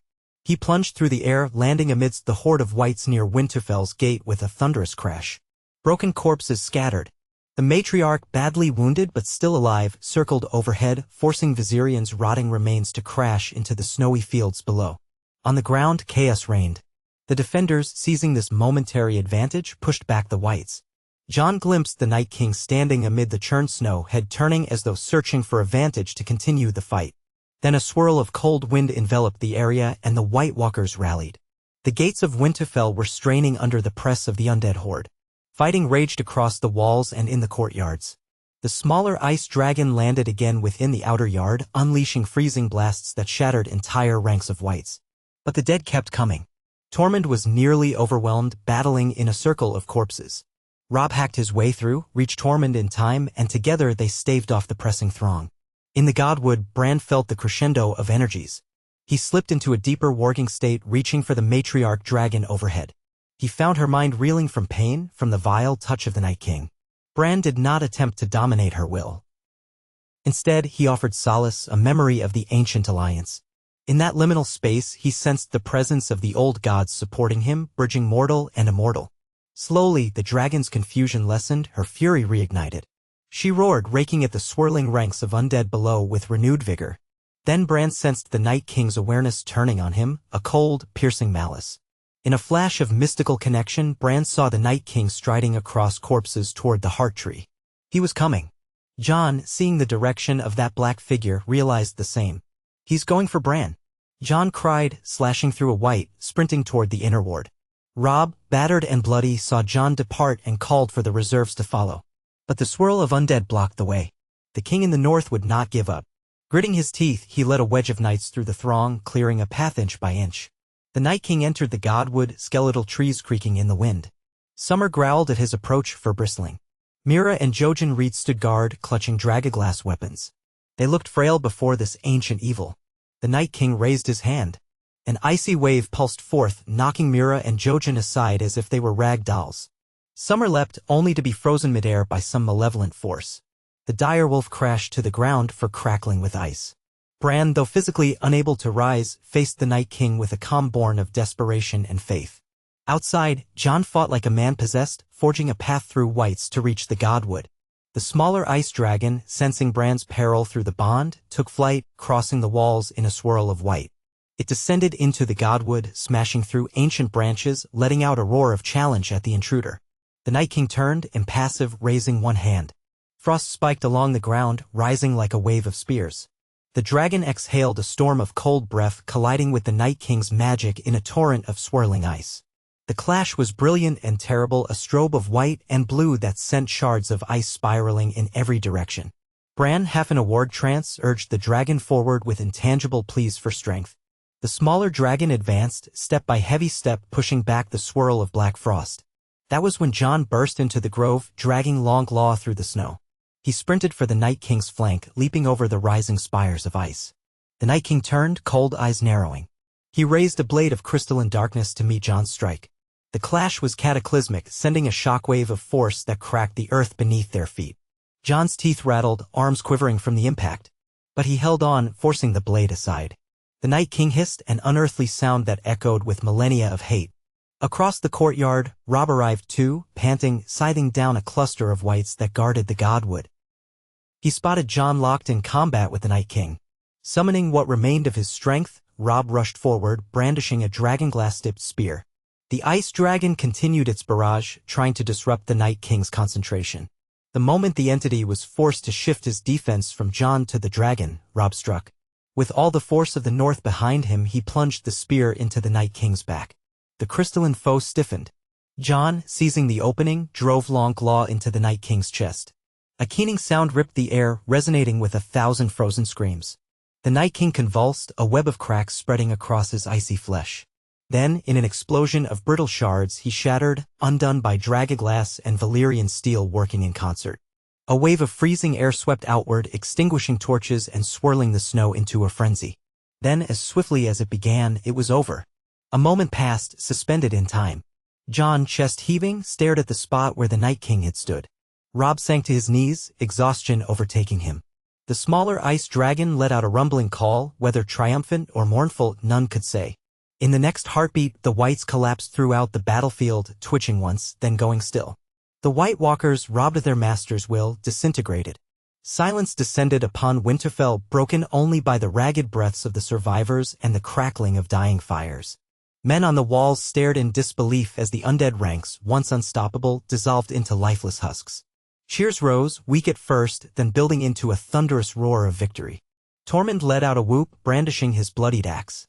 Soldiers embraced or slumped to the ground in tears of relief. The north had withstood the long night. In the godwood, Bran slowly returned to himself, tears glistening on his cheeks. Summer lay in the snow, battered but not dead. The direwolf whined softly, slowly regaining movement as the unnatural ice melted away. Mira and Jojen stirred, battered but alive. The smaller dragon, breathing heavily, folded its wings and lowered its massive head toward Bran, Robb, and Jon, as if acknowledging the alliance forged here. Then, with a final, rattling exhale, it coiled around the heart tree, its presence a silent sentinel. The old gods bore witness to this improbable union, House Stark, guardians of men, allied with the living winter that was the ice dragons to banish a threat older than kingdoms. By dawn, the storm had cleared. Sunlight crept over the horizon, revealing the extent of the devastation. Winterfell's walls were scarred and partially collapsed in places, the courtyard littered with broken bodies of men and undead alike. But they had prevailed, and the realm drew breath once more. Sansa emerged from the great hall, tears staining her face as she beheld the cost. Yet hope lit her eyes when she saw Rob and Jon limping across the yard, supporting each other, and Bran following close behind on a litter. Tormund, battered but grinning, clasped the shoulders of the Stark men, calling them heroes. The silent shape of the ice dragon rose from the God's Wood, launching into the sky in a whirlwind of snow. Another triumphant roar echoed across the land, and in the far distance, they saw the matriarch dragon circling, wounded but alive, as though to confirm that the threat was ended. A hush settled on the survivors. Thousands had perished, but the living had won a reprieve from darkness. In that morning light, House Stark stood together, wearing bruises and bandages, steeling themselves for the rebuilding that lay ahead. Yet in each chest burned the unshakable pride of a vow kept, a bond renewed between the blood of men and the ancient powers of winter. No longer would the memory of ice dragons be relegated to bedtime stories. They had soared over Winterfell skies, joined in battle against death itself, proving that sometimes the old tales held truths more powerful than any crown. So ended the long night's attempt to drown the world in darkness, stopped, at least for now, by the unlikely alliance of humans and frostbound creatures of legend.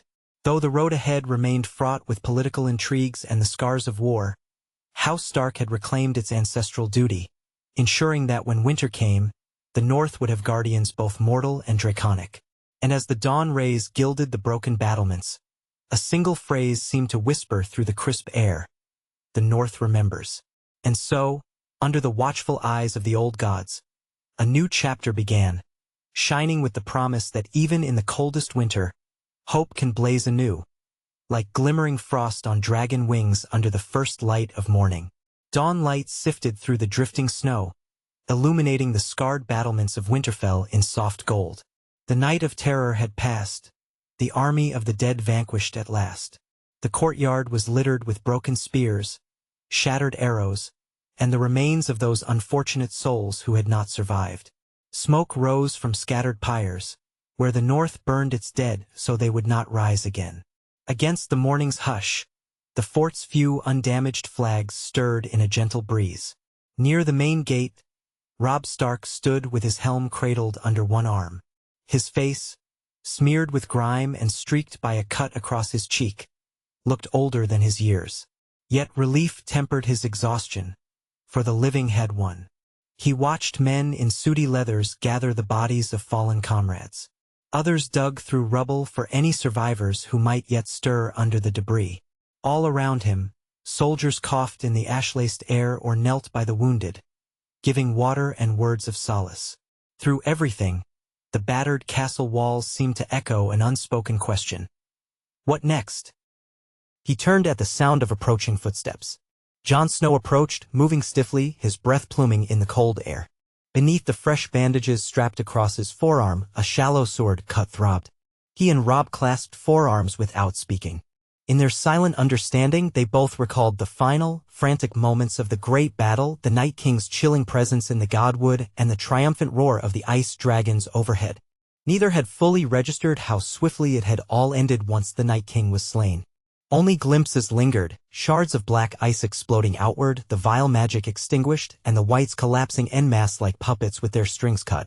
Robb let out a shaky breath. It feels like a strange dream, he murmured, eyes scanning the courtyard.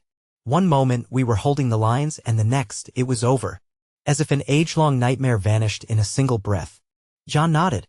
Men are calling it the miracle of Winterfell, he said quietly.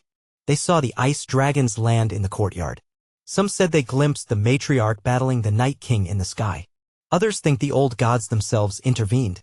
He paused, his brow creasing as he rubbed the back of his neck. I'm no priest.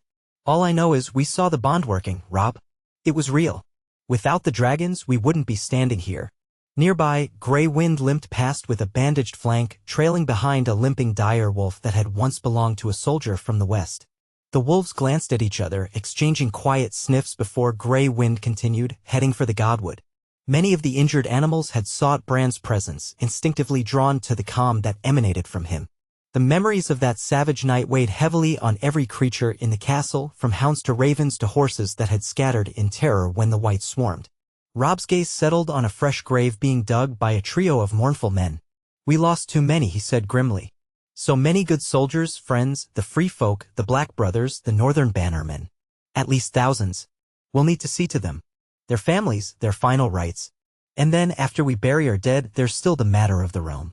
The crown in the south. I made alliances with some of them, others spat at our pleas. He paused, face clouded.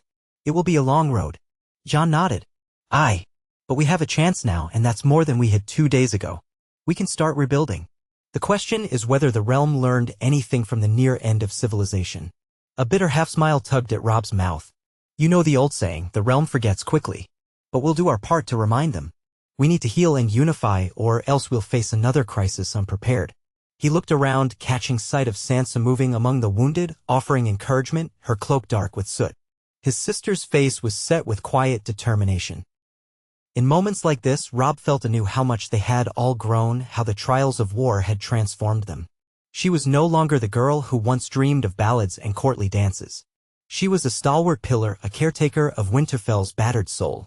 Jon was about to answer when the thunder of wings echoed above. Startled, they both glanced skyward to see a broad, pale shape gliding in slow circles. The smaller ice dragon, the one that had landed in the courtyard during the fiercest fighting, soared in the cold air with surprising grace for such a massive creature. Though a faint spidery wound marred one of its wings, likely from the undead dragon's flame, its flight remained steady, each sweep of its wings stirring flurries of snow from the ramparts. A hush fell over the courtyard as survivors paused to watch this living wonder. The creature's presence was no longer a terror. Instead, it served as a reminder of hard-won hope. Robb felt a knot of awe twist in his chest. We need to find a way to communicate with it to honor whatever pact we've forged, he said, voice hushed. I don't want it to feel used as though we only called on it in our hour of dire need. Jon's expression softened. I think Bran is our key. He reached out with the power of the Green Seer and bridged the gap. As soon as we can, we should go see him. If the dragons remain near Winterfell, it means they're not just illusions that appear in times of war. They might become true allies if we handle this with respect. They parted ways, each compelled by duties. Robb moved to oversee the clearing of rubble around the collapsed eastern tower, where some frightened children had hidden. Jon went to the stables to check on the half-frozen garrons that had stood vigil throughout the night. In the hours that followed, Winterfell stirred with subdued energy, each man or woman stepping carefully over the ruins to find who needed help or to salvage anything from the wreckage. Here and there, a banner was lowered, replaced by a simple stark dire wolf sigil on a field of white, as though to honor the brevi. Tie of the moment. Every clang of a blacksmith's hammer, every scrape of a shovel seemed like a vow to rebuild. By midday, Sansa had organized a makeshift infirmary in a large, undamaged portion of the Great Hall. Maesters and volunteers bustled between pallets of the wounded, distributing poultices and bandages. The smell of blood, sweat, and boiled herbs filled the air. Sansa worked tirelessly, her hair tied back, her sleeves rolled to the elbow. Though her eyes were ringed with fatigue, she carried herself with a calm authority, instructing novices and comforting the dying with soft words. More than once, she had to excuse herself to cry in private when a patient passed in her arms. Late in the afternoon, the gates of Winterfell groaned open, admitting a group of Black Brothers, scouts returning from the far fields. They bore news that the ranks of the undead had collapsed entirely, leaving thousands of frozen corpses that no longer moved. The survivors had carefully built pyres to destroy any that had not yet rotted. The Watchers confirmed that the White Walkers, robbed of their overlord, had vanished like shattered ice. With every report, relief swelled. Yet the aftermath was not only measured in corpses. In the fields beyond the castle, the remains of Viserion lay half-buried in drifts of newly fallen snow, bones and blackened scales scattered where the undead dragon had finally succumbed to the matriarch's onslaught. Some men refused to go near the site, fearing leftover sorcery. Others approached respectfully, considering whether anything could be salvaged or learned. Among them was Gendry, the young smith who had fought by Jon's side. He studied the dragon's scorched bone with a craftsman's curiosity, wondering if any piece of it might forge a new weapon. Rumors swirled that Dragobone had unique properties, and though no living man had experience forging it, some believed it might be shaped into arrowheads or even the hilt of a blade. For the moment, Robb declared the carcass off-limits until they could consult with the maesters and glean whether it was safe to even touch. The last thing Winterfell needed was an accidental release of vile magic. By evening, a thin layer of clouds drifted across the sky, streaked by the dying pink and orange of the sun. The smaller ice dragons still circled overhead from time to time, making a wide perimeter around the walls, almost as if standing guard. The matriarch, though glimpsed earlier in the day beyond the farmland, had yet to return to the castle grounds. Sentries on the battlements took quiet satisfaction in seeing that pale shape drifting in the sky. It was as though winter itself was no longer solely an enemy but a force that could be harnessed or at least respected on the side of House Stark. Meanwhile, in the Godwood, Bran Stark sat in his wheeled chair beneath the heart tree. His eyes half-lidded, he breathed in the chilly air, mind drifting across the network of ancient magic that threaded through those roots. With him stood Mira Reed, stoic as ever, hands resting on the spear she still carried for protection. A hush cloaked the grove, disturbed only by the rustle of the red leaves overhead and the soft murmur of the weirwood face. Occasionally a raven would flutter onto a branch, watch them for a silent moment, then take flight again. Bran's voice sounded distant when he finally spoke. "They're restless. The smaller one lingers, the matriarch roams the outskirts. The third one, the silver blue that was wounded by the Night King's spear, is in the far north, healing. I can feel their presence like faint stars in the winter sky." He paused, his gaze unfocused. "They're not sure if they belong here, or if they should return to their ancestral crags. But something holds them near." Mira nodded, her breath curling in the frigid air. "Because of you. Because of us. That's how it felt in the battle, at least. They could have let us die and flown back to their domain. But they stayed." Bran considered that. Visions from earlier that day still haunted him, glimpses of the ice dragons drifting in the swirling snow, the memory of their roars reverberating through the night. He pressed a hand to the bark of the heart tree. Through its texture, he felt echoes of the pact forged ages ago, a vow sealed between the Starks of old and those elemental spirits. It was not the same as a Targaryen bond, no man would ever ride these creatures with a whip or chain. But a thread now linked them, built on mutual recognition of a threat to the balance of life. He wondered if that thread could endure beyond war, shaping a new era for the North. After a time, Mira left to check on Jojen, who rested under a physician's care in the hall. Bran remained, lost in silent communion with the Godwood. Only the heart tree's face kept him company, carved eyes weeping red sap that traced slow lines down the trunk. Bran's head ached from the enormity of all he had witnessed. Still, he persevered, searching for any flicker of guidance or warning about the uncertain future. But the old gods spoke in riddles, impressions that drifted in and out like the tide. He sensed an uneasy calm. Beyond the immediate relief of victory lurked shifting shapes of mortal ambition, kings, lords, queens, each with their own designs. When Robb and Jon joined him later, the sun was nearly gone. They spoke quietly, recounting what they had learned. Stragglers from the free folk had arrived, sharing word of entire pockets of undead that had collapsed. Some wildling clans already marched back to their homelands, eager to reclaim territory lost. Others stayed behind, their loyalties bound to Jon Snow, who had proven himself a friend.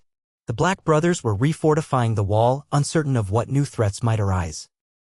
They all recognized that while the army of the dead had been vanquished, the future demanded vigilance. Bran listened, nodding. When Jon finished, Bran said, "For now, the immediate threat is gone. But we have a realm to mend. The Southerners might be more open to cooperation now that we've saved them from annihilation. Or they might see an opportunity with the North depleted and exhausted. We can't know until we send envoys." Robb folded his arms, frowning. "I can't just ride south with a battered army, demanding fealty, not after we lost so many men. Besides, I made a vow to the Bannermen that we'd look to our own first. Rebuild. And while the White Walkers are gone, we still have roads to clear, farmland to salvage, and walls to rebuild. Winterfell is half ruined. The snows are still thick." He paused, glancing at Jon. "Yet we can't seal ourselves off either. If a power vacuum forms in the south, chaos might spread. House Lannister might try something, or the remnants of House Baratheon, or even the Iron Islands. They've never let an opportunity slip away to raid us when we're vulnerable." Jon nodded, face grave. "We'll need to send diplomatic parties south to gauge where we stand. Possibly reassert old alliances. The living overcame the greatest threat in 1,000 years. There should be gratitude, but we both know how quickly men forget. In the meantime, we keep the North strong. Our people have endured more than any realm should. Perhaps with the ice dragons at our side, even the boldest southern house will think twice about invading." Bran closed his eyes briefly. "The dragons aren't weapons to trot out and threaten others with. We have to remain mindful of that. They helped us defeat the Night King because he threatened the balance of life itself. If we use them to wage petty wars, that bond might break. They might simply vanish, or worse." He opened his eyes, meeting his brother's gazes. "Let's walk carefully." They agreed, forging a tentative plan. Sansa would continue overseeing the day-to-day governance of Winterfell, assisted by her loyal retinue. Robb, as king in the north, would focus on unifying the remaining bannermen and addressing pressing needs, supplies, reconstruction, and forging new alliances. Jon, representing both the Night's Watch perspective and his own claim as a Stark, albeit a complicated one, would help coordinate with the Free Folk and possibly lead a diplomatic mission south if and when the time proved right. Meanwhile, Bran would stand as the spiritual fulcrum of the North, bridging the old gods, the ice dragons, and the realm's future. The next morning, the smaller ice dragon surprised everyone by landing in the courtyard again. Its massive form blocked the morning light, stirring up snow in swirling gusts. Soldiers scrambled back in alarm, but the creature made no hostile move. It inhaled deeply, exhaling a visible breath that formed fractal patterns in the air. Jon, Robb, and Bran arrived as fast as they could, hearts pounding. The dragon shifted its head, pupils focusing on them with an intensity that felt almost human. A hush spread across the courtyard. Even the crows on the battlements ceased their raucous calls. Bran lifted a hand, gloved in thick fur, and cautiously stepped forward. The dragon's breath condensed around him, biting cold, stinging his cheeks. He sensed its mood was guarded, not threatening. Through the intangible bond of his green seer abilities, he reached out with calm intentions, echoing the vow spoken in the Godwood that the North would remember and respect. The dragon lowered its head slightly, enough that Bran could place his hand against the pale ridges near its jaw. A thrill of near-painful cold jolted through Bran's arm, but he forced himself not to flinch. Echoes of old power surged through him, weaving his heartbeat to the slow, majestic pulse of the beast's life force. He caught flickers of mental images, a vast tundra bathed in moonlight, high spires of ice, the swirling aurora overhead. And he felt curiosity, a flicker of communion with this improbable alliance. Robb and Jon watched in awe as Bran's furs began to frost over, forming glittering crystals. Sansa, who had just emerged from the tower, gasped softly. But Bran stayed resolute, eyes half closing. A deep reverberation emanated from the dragon's throat, almost like a purr. The entire courtyard seemed to breathe in unison with them. Then, gradually, Bran lifted his hand away. His face shone with wonder. He turned to the assembled watchers, soldiers, stewards, northern lords, and nodded. The dragon, satisfied, let out a low rumbling breath before spreading its wings again. It launched upward, causing an eruption of snow. A single downward sweep of those wings was enough to lift the monstrous body over the walls. It soared away with regal grace, disappearing into the winter sky. In the aftermath, a murmur spread. Some men touched their hearts, murmuring prayers to the old gods. Others traded looks of relief. Robb approached Bran, who still trembled slightly. "What did you feel?" the king asked gently. Bran swallowed, trying to find words. "Acceptance," he managed. "It knows we won't harm it. It understands that we're caring for the land, that we share a bond. For now, that's enough. But we must tread carefully." Robb's response was quiet. "Yes." Thus began a new routine at Winterfell, one in which the presence of an ice dragon overhead became a familiar sight every few days. The matriarch sometimes drifted on the horizon, never venturing as close as the smaller one, while the silver-blue sibling remained far to the north, presumably still recuperating. As weeks passed, the north gradually found its footing. Snow still blanketed farmland, but the days grew fractionally longer. Smiths labored to repair battered weapons and armor, while others saw to the masonry needed to shore up Winterfell's walls. Food was rationed carefully. Ravens flitted back and forth with letters to loyal lords, summoning them to a great council that Robb planned to hold as soon as the roads were passable. One cold morning, Gendry approached Robb in the courtyard, bowing awkwardly. The young smith, face smudged with soot, tapped the haft of an improvised hammer. "Your Grace, there's something you should see in the forge." Curious, Robb followed him to the newly constructed smithy beside the old stables. Jon and Bran, drawn by the promise of new developments, joined them. Inside, the air was oppressively warm compared to the winter chill outside. Sparks flew from multiple anvils where apprentices hammered out nails, arrowheads, and other necessities. But in a dimly lit corner, Gendry led them to a block of rough-hewn wood, on which lay fragments of blackened bone. Robb's eyes narrowed. The bone was clearly from the remains of an immense creature. Gendry explained, "It's from Viserion, the dragon the Night King turned. I took just a small piece. We tested it. Dragobone is unbelievably strong. You can see the grain here, as if it's woven together like iron strands." He lifted one piece and rapped it against the anvil. It emitted a high, resonant ring, leaving no mark. "It's as tough as steel, maybe tougher. I think I can craft something from it. A hilt, arrowheads, maybe even parts of armor if we had enough. But I wanted your permission, since it's not exactly normal material." Jon and Robb exchanged glances. Bran studied the fragment with a faraway look as if testing for lingering sorcery. After a moment, Bran exhaled. It doesn't feel corrupted anymore. Whatever the Night King's magic was, it's gone, destroyed when the whites all collapsed. What remains is just bone, albeit extremely strong. Jon shifted his weight. The Targaryens used dragobone for bows, hilts, all manner of things. If we can harness that without disrespecting the new dragons, it might give the North a valuable resource. But we should be sure the ice dragons don't see this as an affront. Robb nodded thoughtfully. Agreed. Bran, do you sense any hostility? Would forging pieces of Viserions' remains into weapons anger our allies? Bran took another breath, letting his eyes drift shut. He felt for the intangible link. The matriarch was distant, the smaller dragon flying over the wilds to the east. He picked up no immediate sense of warning or rage. Their bond was not an on-demand conversation, more a faint resonance that allowed for fleeting impressions. Eventually, he shook his head. I don't think they mind. That dragon was undead, an abomination to them. If anything, they might see it as reclaiming something that was once twisted by death. Satisfied, Robb placed a hand on Gendry's shoulder. Very well. Use it wisely. Craft only what's needed. We can't go flaunting such items. Dragobone might draw unwanted attention from the south. But it could be a crucial advantage should we ever need to defend ourselves again. Gendry nodded earnestly. I'll be careful, Your Grace. Thank you. Time continued its slow march. The heartbreak of the battle lingered, but the North was nothing if not resilient. Bit by bit, small comforts returned. A bakery reopened, filling the air with the scent of fresh bread. Children, orphaned or separated from parents, were taken in by families that had room to spare. Some nights, minstrels even played subdued tunes in the great hall, offering a balm for weary souls. Then came the day that ravens arrived from the south.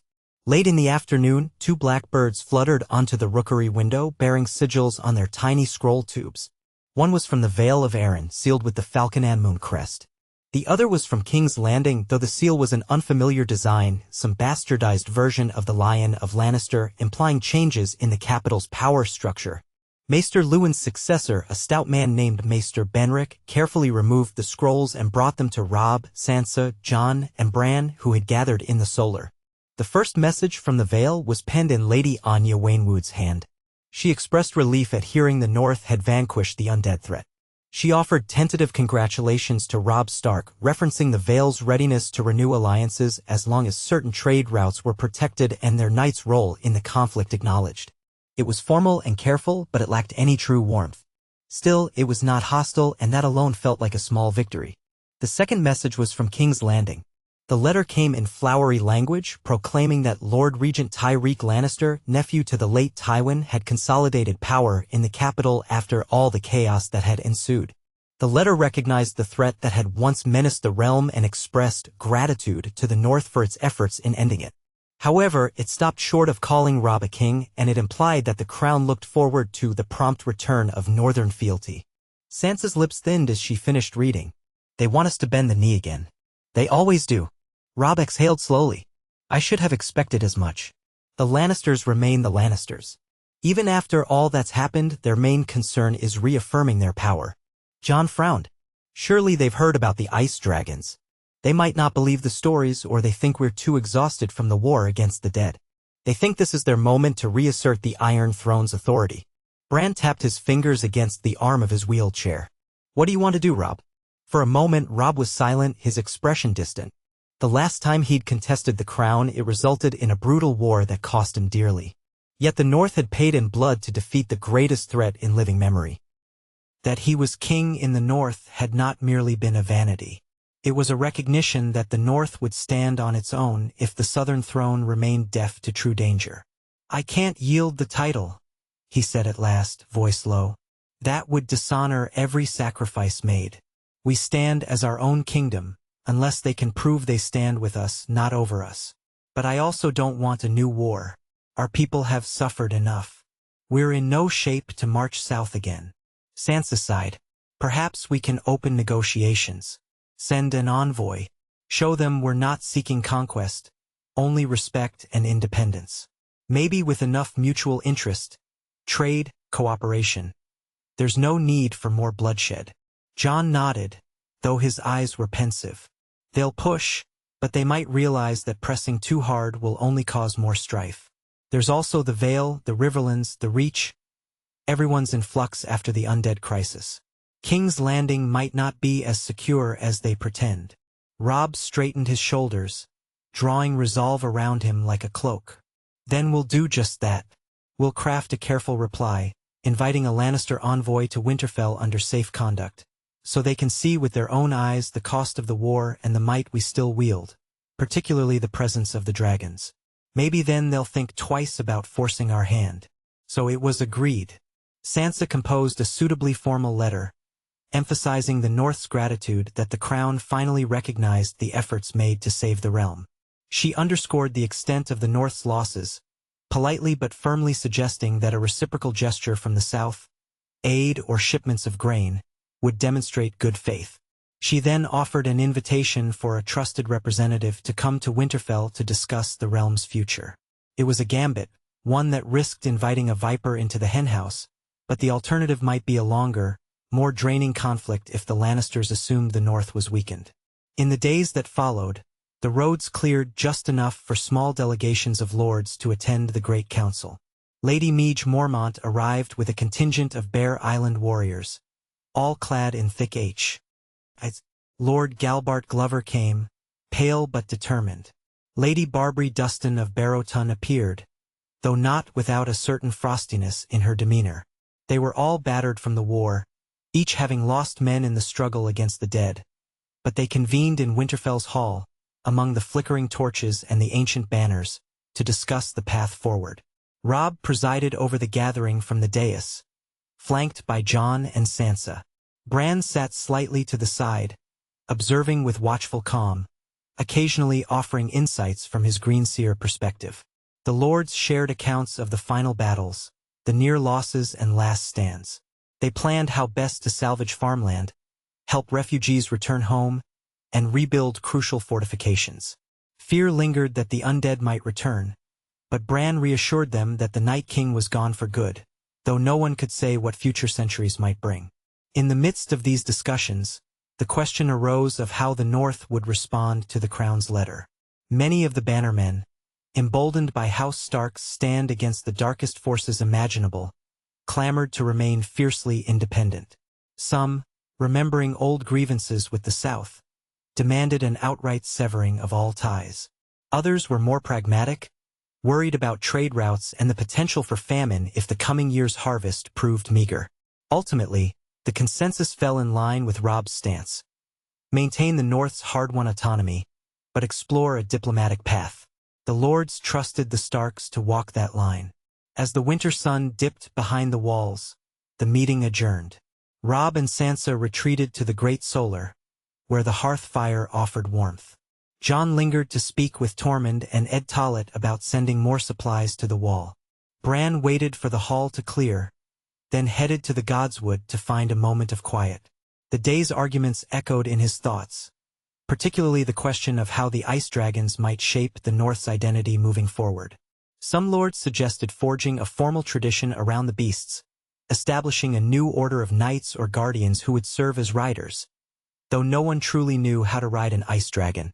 Others whispered about naming them in the old tongue, giving them titles to reflect their status as protectors. Bran understood the impulse, but a sense of caution pulsed through him. These were not mere beasts to be claimed or tamed. They were living forces of nature older than men's towers. That evening, a hush fell over the castle as the smaller ice dragon appeared, soaring low above the battlements before vanishing beyond the horizon. People on the walls paused to watch, some with reverence, others with unease. The night's chill deepened. Stars prickled in a clear sky. From the great hall, one could still hear murmurs of men who lingered over their cups of ale, toasting to House Stark and the memory of the fallen. Bran dreamed that night. He dreamt of a vast tundra under moonlight, shimmering auroras painting the sky in ribbons of blue, green, and violet. A lonely spire of ice rose from the center of that tundra, and perched atop it was the matriarch dragon, her silvery hide reflecting the dancing lights. Bran felt himself drifting closer, as if carried by the wind, until he hovered near her colossal head. The beast's eyes glowed with a pale inner fire, regarding him with ancient awareness. In the dream, she moved a forelimb, revealing 3 glistening objects half buried in the snow. Bran recognized them as eggs, each larger than a horse's skull, each radiating a faint glow of icy mist. His heart thundered at the sight. In the dream, the matriarch curled around the eggs, keening softly, as if uncertain whether to protect them or share them with him. Bran felt a wave of longing, the sense of continuity and renewal that these eggs represented. The old pact was not just about forging an alliance with existing creatures. It was about the potential for a new generation of Winter Guardians. But the dream shifted abruptly, the tundra blurring and fracturing like cracked glass.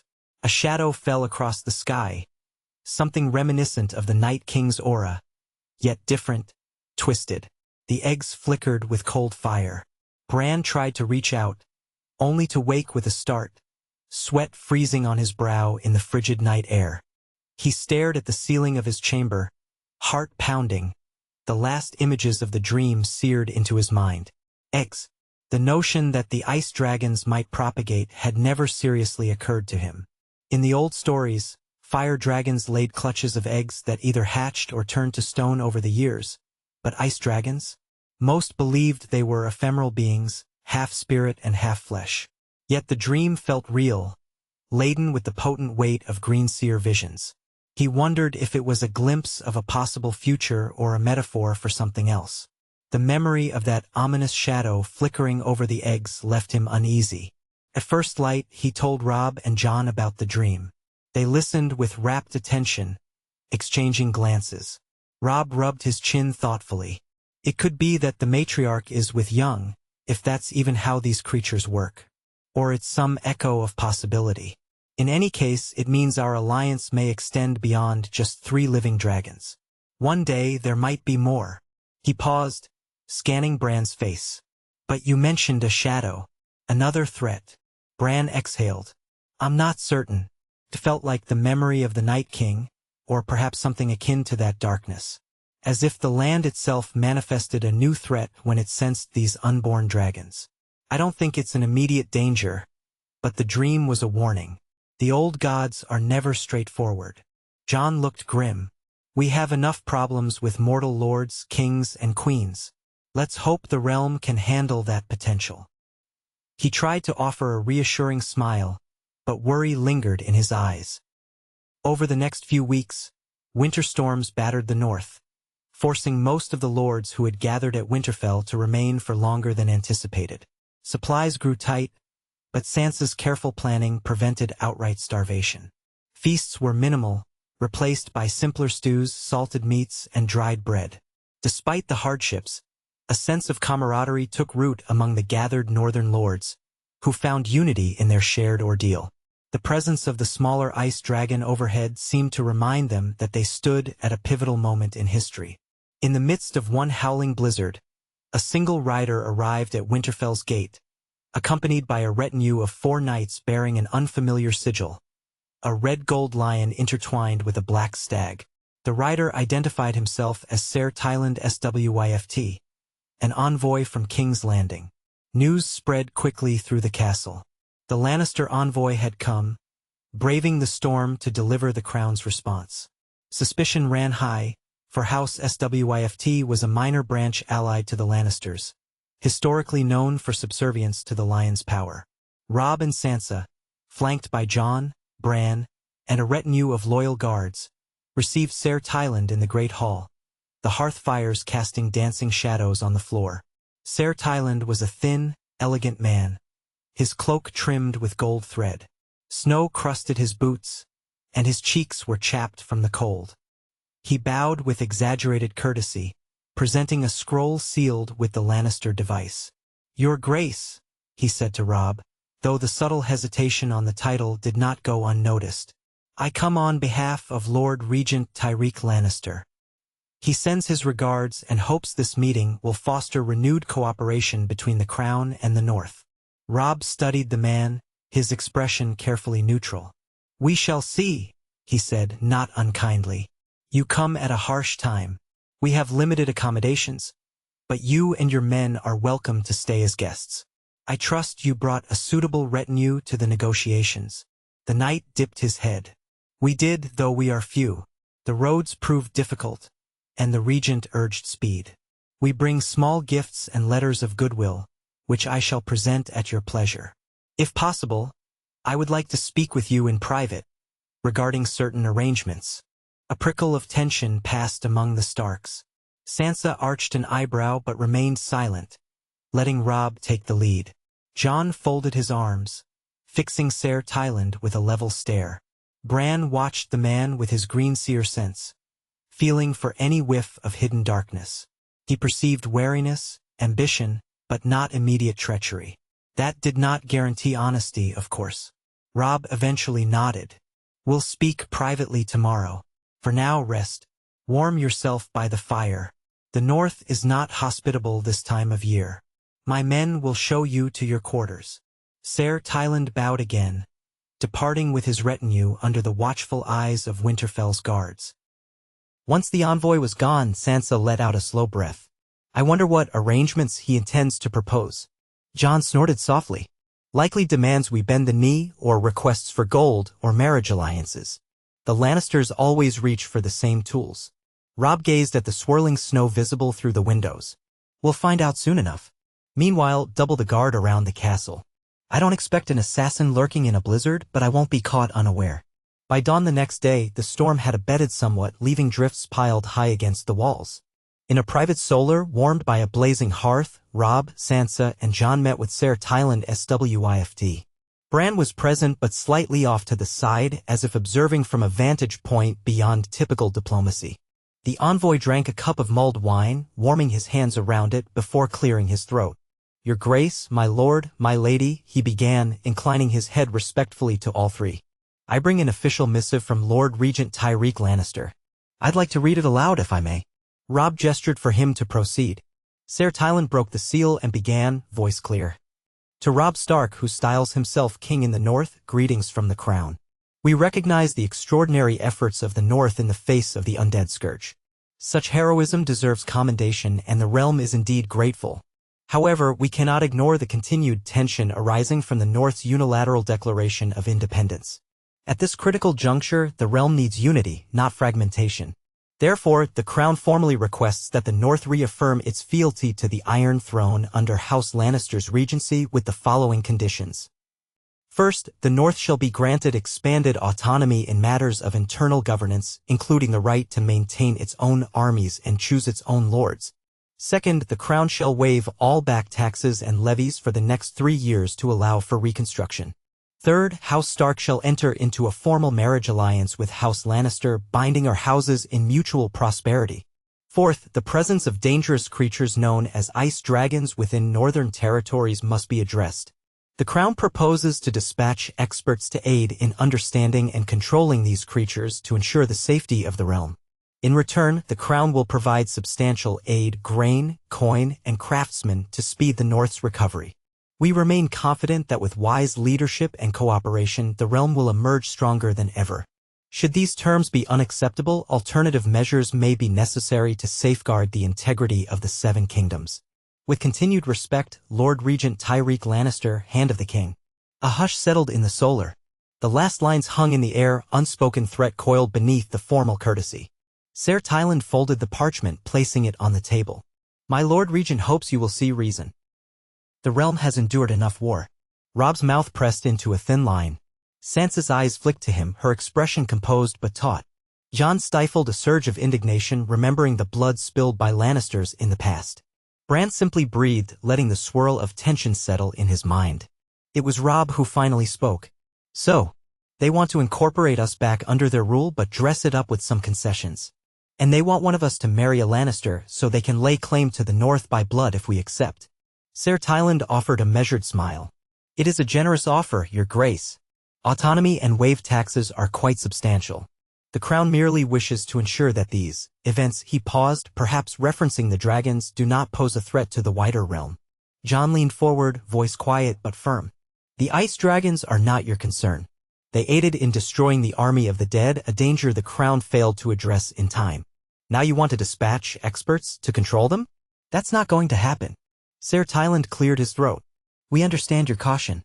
But the regent feels strongly that the realm must not allow monstrous creatures to roam unchecked. Fire dragons once led to great wars, and your so-called ice dragons might do the same.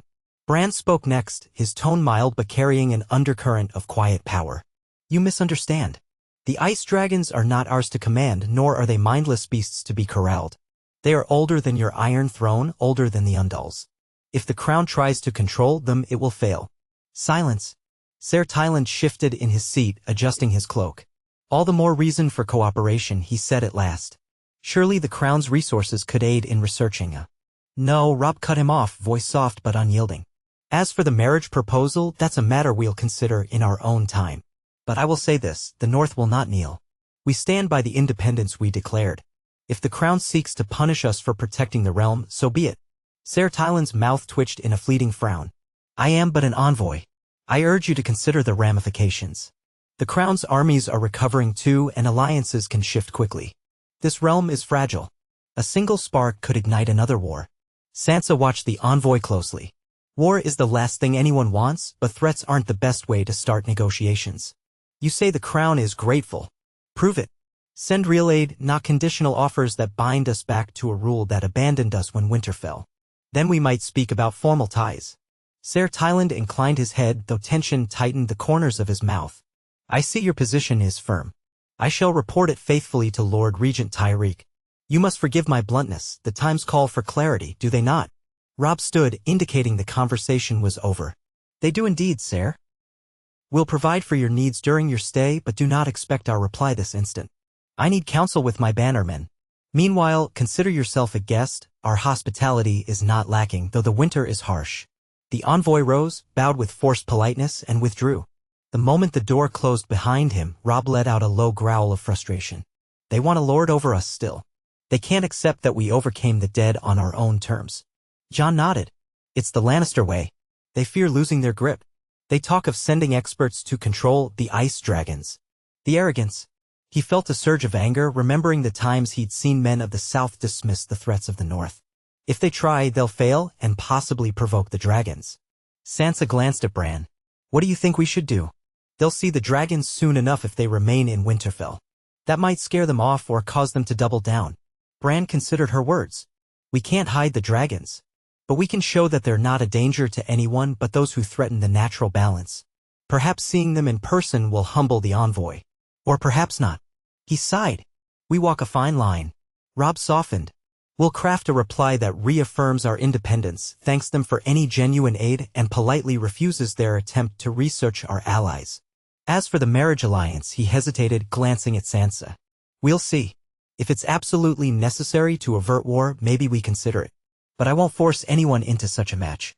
We have enough heartbreak on that front. Sansa set her jaw. I agree. Let's hold firm for now. The North is done kowtowing to the South. Over the coming days, the storm lessened enough for Ser Tyland's knights to roam Winterfell's courtyard, observing the reconstruction efforts. They viewed the half-repaired towers, the battered gates, the lines of blackened stone where the whites had burned.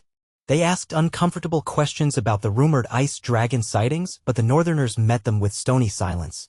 Tormund took a mischievous pleasure in weaving tall tales for the knights, describing how an ice dragon froze 1,000 men in one breath. The knights did not know what to believe. Yet the general mood was not entirely hostile. Some of the crown's men expressed genuine curiosity about the recent war, even sympathy. It was a reminder that not every Southerner was cut from the same cloth as the Lannisters. One afternoon, the smaller dragon indeed flew over the castle, trailing ephemeral mist from its wings. The knights stood agape in the courtyard, some fumbling for their swords out of reflex. But the beast merely circled twice, then soared away, leaving them trembling and white-faced. Ser Tyland, for his part, watched with a mix of fascination and dread. When he next met with Robb, he spoke in hushed tones of the magnificent horror that was the ice dragon, urging the king to see reason and allow the crown's learned maesters to study it. Robb gave a curt refusal. As the North and the crown reached this impasse, Winter's grasp continued to loosen by the barest increments. Days grew a shade longer. Snow thawed in the courtyards, forming icy puddles. Caravans from White Harbor began to creak in, bringing salted fish and meager supplies. The first seeds of new growth glimmered in the hearts of the battered populace, who dared to believe that the worst was behind them. Even the matriarch dragon began venturing closer again, her silhouette sometimes visible on the horizon. Whenever she drew near, the smaller dragon would rush to meet her in a swirling dance of winged grace, as though reaffirming a familial bond. Men watched in quiet awe, uncertain how to interpret these aerial ballets except as reminders that the North had new protectors or new overlords, or both. Meanwhile, Bran continued to dream. The image of those 3 eggs lingered. Sometimes, in his visions, they glowed with a soft pulsation as though beating like hearts. Other times, he saw the matriarch carrying them to new nesting grounds, far from men's eyes. He caught glimpses of deep caverns lined with hoarfrost, secret hollows where the temperature plunged below anything men could survive. In these dreams, the egg's presence felt hopeful yet fragile, a spark of life that could shape the destiny of the North for generations. That ominous shadow still appeared from time to time, reminding him that no boon came without danger. At length, Ser Tylan declared that he must return to King's Landing with whatever formal answer House Stark wished to give. Robb, having conferred with his siblings and bannermen, presented a carefully worded response. In essence, it refused any suggestion of kneeling to the Iron Throne, politely sidestepped the proposed marriage alliance, and made it clear that the dragons were not open for research. However, it expressed willingness to engage in limited trade and to share information that might benefit the entire realm, particularly regarding the White Walkers should any threat of them ever reemerge. We desire peace, the letter concluded, but not subjugation. Ser Tylan tried one last time to negotiate in person. Robb remained cordial but unmoved, pressing him gently about the Crown's willingness to send real aid to help the North rebuild. Ser Tylan only repeated vague assurances of the regent's goodwill. Frustrated but out of options, the envoy took his leave, his retinue trudging out the gates one frosty morning as a faint snowfall drifted down. Whether war or peace would follow, none at Winterfell could say. In the weeks to follow, life resumed a semblance of routine. The lords who'd taken shelter during the storms finally found the roads safe enough to depart. House Mormont led a caravan back to Bear Island, House Glover returned to Deepwood Motte, and so on. Each left with renewed loyalty to House Stark, acknowledging that none could have survived the undead menace alone. Trade lines slowly reopened. At Robb's command, couriers were dispatched to ascertain the state of the Riverlands, the Westerlands, and beyond. A hush of possibility hovered over the battered realm. For perhaps the first time in years, the North had a chance to shape its destiny free from immediate existential threats. One brisk morning, as the sun rose pale behind scudding clouds, Jon Snow donned thick riding furs. He had decided it was time to make good on his intention to visit the Wall and assess the state of the Night's Watch more thoroughly. Though he no longer wore the blackened name, he was a Stark in truth, recognized by Robb and, in a sense, by the Northern Lords. His heart remained tied to the Watch. He intended to bring Tormund and a small party of both Watchmen and Northern soldiers, hoping to gauge how the wildlings were resettling beyond the Wall, whether the fortress needed more supplies, and whether any new threat lurked in the haunted forests. He also wanted to see Ghost, who had been roaming with some free folk beyond the castle. Sansa packed him a small hamper of food, pressing it into his hands with a worried smile. The roads might be passable, but keep warm. And be careful. Send word if you need anything. Jon promised he would. Robb embraced him, teasing, try not to pick any fights with stray giants. Jon grinned, remembering the comedic moments amid the chaos. Bran, seated nearby, looked thoughtful. When you reach Castle Black, keep an eye out for any unusual stirrings. I feel only quiet from beyond the Wall, but we should never assume the land is safe forever. Jon agreed, then mounted his sturdy northern mare. Tormund was already astride a shaggy horse, looking impatient. Come on, Crow. We're burning daylight. Let's see if old Ed can brew a decent pot of ale. A handful of others formed up around them, watchmen in black cloaks, a few Stark soldiers, and Gendry who insisted on seeing more of the North with his own eyes. They rode out of Winterfell's main gate, passing under the great portcullis, and headed north. The wind bit at their cheeks, but the sky was a clear winter blue and the path gleamed where the snow had crusted under the sun. A sense of freedom buoyed Jon's spirits. He glanced over his shoulder once, seeing Winterfell's towers receding, the Stark banner fluttering in the breeze, and he thought of the ice dragons. A solitary shape, high above, soared in languid circles. He couldn't tell if it was the smaller ice dragon or a large hawk, but either way it reminded him that their watchers never truly slumbered. That very afternoon, while Jon and his party traversed the King's Road, a faint roar reverberated through the sky above Winterfell. Robb, emerging from the hall after a meeting with some local farmers, looked up sharply. The smaller dragon streaked overhead, wings reflecting the late-day sun. In a swirl of shimmering motion, it descended toward the courtyard, stirring dust and snow in its wake. Soldiers dashed aside while stable hands shouted in alarm. But the dragon landed with surprising grace, its enormous talons scraping the flagstones, tail lashing behind. At once it let out a rumbling exhalation, releasing a plume of frosty breath that glittered in the air. Robb shielded his eyes, heart pounding. Bran, summoned by the uproar, arrived in time to see the dragon crouch low as though waiting. Robb met his brother's gaze. "Is it calling for you?" he asked. Bran's face was set in concentration as he reached out with his mind. He felt the dragon's presence, urgent yet not hostile. It beckoned him, showing him fleeting glimpses, a location in the far north, a memory of the matriarch's distant call. The snow-laden spires from his earlier dream. The sense that something was happening, something that required Bran's presence. Bran inhaled sharply. "It wants me to come with it. Something's happening, or about to happen, in the place they call their roost. I'm not sure, but I think the eggs, if they truly exist, might be involved." Sansa, who had emerged behind them, stared at the dragon with a mixture of awe and worry. "You can't just fly off, can you?" Robb looked at Bran, an unspoken question in his eyes. "It's dangerous. None of us really understand how to ride an ice dragon, if that's even possible. It might simply be summoning you. But you're not exactly able to climb onto a saddle and hold on." Bran gestured to his wheeled chair, a rueful twist to his mouth. "I know, but I can't ignore this. I felt the call for weeks now in my dreams. The eggs, they might be hatching or in danger or something. Our bond with the dragons is tenuous. If I don't answer, we may lose what we've gained." Sansa looked torn. "Then we'll send an escort, an entire party. We can't let you go alone with it. You could be flown halfway across the world." Bran closed his eyes, feeling the dragon's mind pressing gently against his. "It's not offering me a seat on its back exactly. But it's opening a path. I think I can warg into it enough to guide our journey. Or at least to remain safe while it carries me." He opened his eyes, seeing horror and wonder mirrored in his siblings' faces. "Trust me," he whispered. "I have to do this." Robb glanced at Sansa, then back at the dragon, which waited with eerie patience. "We'll send Mira with you," Robb said, voice trembling slightly. "And some rangers if possible. We can't risk you unguarded." Bran shook his head. "Too many would slow the dragon down. And if it's about hatching or eggs, the presence of armed men might provoke the matriarch. Mira can come if the dragon allows it. She's seen enough of this magic to be calm. But we can't bring an army. We either trust the dragon or we don't." A swirl of wind ruffled Robb's hair, carrying the dragon's chill breath. He looked at his younger brother, the boy who had once been a dreamer climbing walls, now a green seer bridging the ancient powers of winter. "You're certain?" he asked gently. Bran nodded, though fear gleamed in his eyes. In that moment, Robb realized that neither of them had a choice. The old magic had chosen Bran long ago.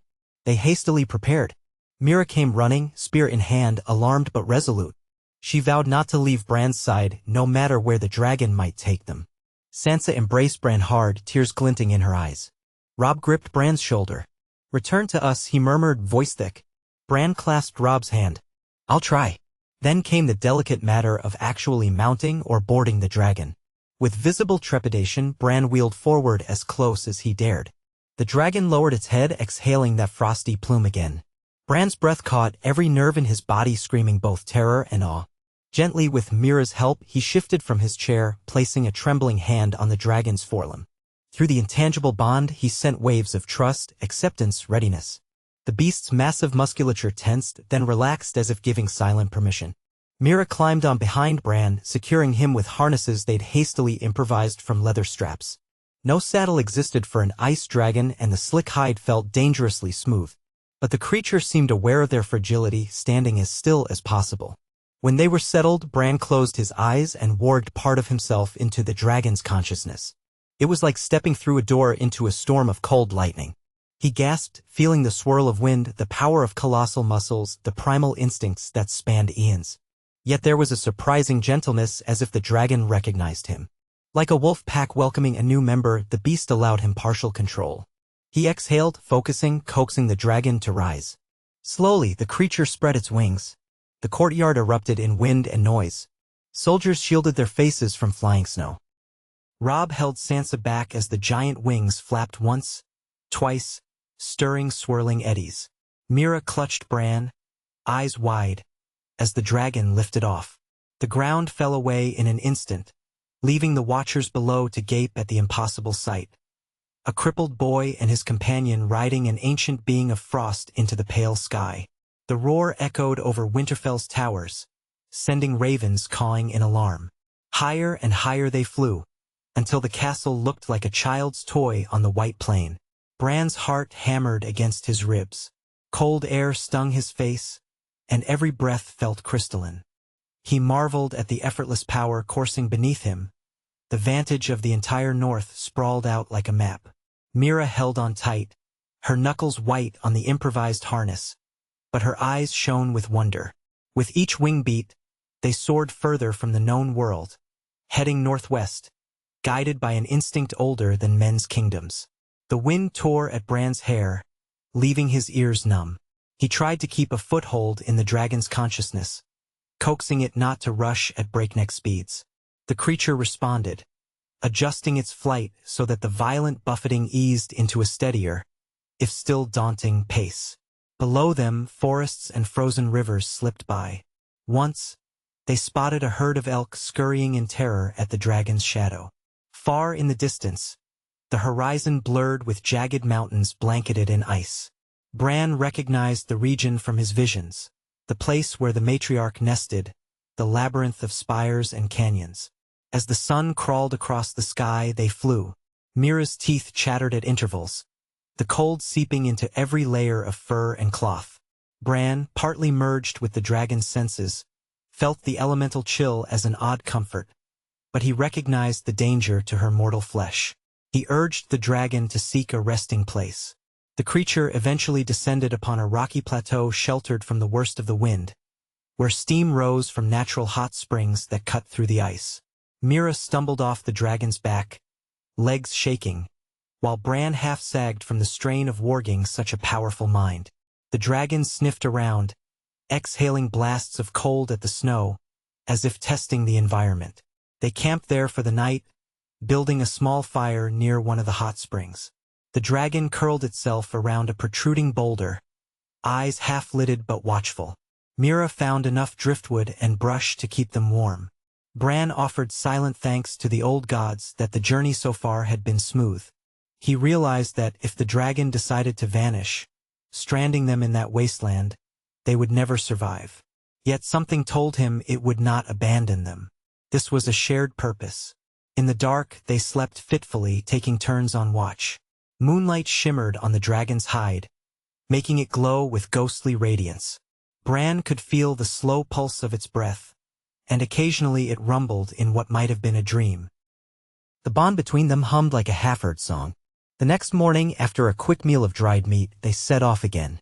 The dragon launched them into the crisp dawn air, climbing higher than ever. Mira clung to Bran, both of them in awe at how the world shrank below. Ahead, the mountains loomed closer, sharp peaks glittering like shards of glass under the early sunlight. By midday, they reached the labyrinth of ice spires, the same place where House Stark had first encountered the ice dragons in force. Great towers of translucent ice jutted from the rocky terrain, forming surreal arches and caverns. The matriarch waited at the center of a crater-like valley. Bran recognized it from his earlier venture, though the scorching marks of the battle with the White Walkers were now softened by newly fallen snow. The matriarch perched on a frozen ledge, her eyes shining with that ancient, inscrutable light. As the smaller dragon landed, the matriarch lifted her head, releasing a soft rumble of greeting. Bran's heartbeat quickened. There, in the center of the valley, partially buried in compacted snow, lay 3 large, glistening eggs. They were each about the size of a barrel, pearlescent shells shot through with veins of ice. Around them, swirling whirls of frost formed intricate patterns as if the very air responded to their presence. Mira let out a breath of amazement, stepping carefully through the snow. The matriarch tilted her head, watching the humans approach. Bran, still half connected to the smaller dragon, felt a wave of protective caution from the older beast. He spread his hands in a gesture of peace, letting his mind convey respect and awe. The matriarch shifted her colossal body, revealing the eggs more clearly. They pulsed with faint luminescence, as though lit from within by a hidden moon. Bran saw that one shell had a thin crack running along its surface, spiderwebbing outward. It had not been there before, or so the creature's posture suggested. Warmth, an odd concept for an ice dragon, seemed to emanate from the heart of the eggs, or perhaps it was an elemental energy that transcended typical temperature. In a flash, Bran realized that these eggs were about to hatch. He recalled his dream, that haunting shadow flickering across them. Could it be a threat from some unseen corner of the world, or something else entirely? Mira drew closer, spear held loosely at her side, though she made no aggressive move. The matriarch allowed it, focusing instead on Bran as though recognizing him as the key intermediary. The smaller dragon rumbled, stepping forward until it stood beside its mother, forming a protective semicircle around the eggs. Bran felt their tension like expectant parents uncertain how to navigate a strange new world. He approached, heart-pounding. Each step crunched in the snow and his breath misted before him. Quietly, he knelt near the eggs, ignoring the chill that stung his knees. He placed a trembling hand near the cracked shell, not quite touching it. Through his greenseer senses, he reached out. The egg's interior shimmered in his mind's eye. He sensed a coiled presence, embryonic, on the cusp of bursting free. Its energy was strong and brimming with potential. In that swirl of possibility, he glimpsed fleeting shapes, new winter guardians as mighty as their parents, or perhaps vulnerable creatures needing guidance. The significance was staggering. This was not just about House Stark or the North, it was about the life cycle of a species long believed mythical. A low growl rippled from the matriarch's throat. Bran sensed her anxiety. None of them truly knew what to expect from newly hatched ice dragons. Fire dragons had once been trained by the Targaryens from birth, forging bonds that shaped empires. But these were creatures of frost, bound to the old gods and the secrets of the far north. How did men fit into that pattern? Just then, the egg shuddered under Bran's hand, the crack widening. A tiny piece of shell flaked off, revealing a sliver of iridescent membrane. Bran's heart raced. Mira inhaled sharply, stepping closer to him in case something went awry. The smaller dragon craned its neck forward, cold breath circling around the egg. The matriarch let out a soft hiss, warning them to keep distance, yet not driving them away. All eyes fixed on the trembling shell. Slowly, a claw emerged, crystalline as a shard of milky quartz. Then another. The shell split further, a small muzzle pushing through. Mist curled from the hatchling's nostrils, each breath accompanied by a faint glow of frosty vapor. Inch by inch, the creature wriggled free, revealing delicate wings that glistened like spun ice. It tumbled into the snow, smaller than a horse yet still large enough to dwarf a dog. It blinked, pale blue eyes shining with confusion and a spark of intelligence. A newborn ice dragon, the stuff of legends, lay in front of them, mewling softly. The matriarch crooned, her mighty head descending to nudge the hatchling with surprising gentleness. The smaller dragon watched intently as though recalling its own emergence from a shell eons ago. Bran felt tears prick his eyes at the beauty of it. Life, so fragile and precious, continuing in the bleakest corner of the world. He could scarcely believe he was witnessing such a moment, one that no living man had ever recorded. A faint crackling sound drew their attention to the other eggs. One was motionless, but the other showed fissures spreading across its surface. Soon, it too would yield a hatchling. The matriarch hovered protectively, her breath swirling around all three eggs in a shimmering cloud. It occurred to Bran that this frost-laden breath might actually be nurturing them, akin to warmth for a fire dragon's clutch. Time blurred as the second egg hatched, producing a hatchling with a slightly darker hue flecked with silvery patterns. The newborn squeaked, flipping onto its back before awkwardly righting itself. The matriarch nuzzled it. The smaller dragon, their sibling, gave a curious sniff, eyes glowing with what seemed like wonder. Mira let out a soft, breathless laugh, enthralled by the spectacle. But the third egg, the largest, remained still. Bran's gaze lingered on it. In his dream, he had seen 3 eggs, each alive with potential. Why was this last one silent? The matriarch noticed too, rumbling anxiously. She nuzzled it with her snout, exhaling frosty breath over the shell. Nothing happened. Bran, compelled by a sense of rightness, inched forward. The matriarch's warning hiss froze him momentarily, but he sent a wave of reassurance, carefully placing a hand on her forelimb. Then, with her reluctant permission, he reached out to the third egg, pressing his palm against its cool surface. Something pulsed inside, slow, faint, but alive. He concentrated, letting his green seer ability flow. He envisioned the old god's presence, the swirling net of nature's power.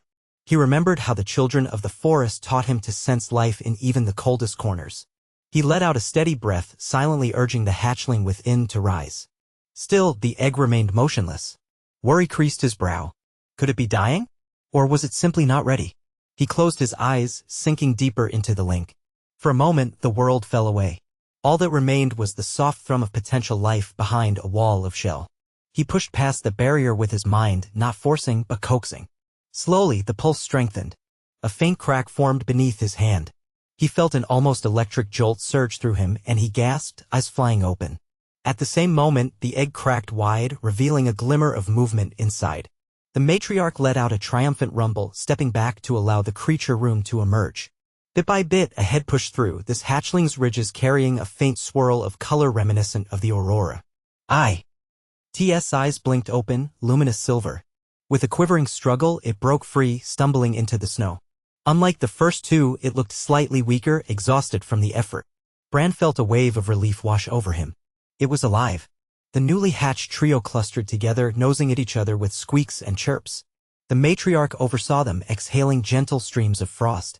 The smaller adult dragon looked on, posture half-guarded, half-inquisitive. Mira and Bran knelt, overcome. He realized they were bearing witness to a miracle. And in that moment, he sensed the future opening like an uncharted land. With the birth of these hatchlings, the cycle of life for ice dragons would continue.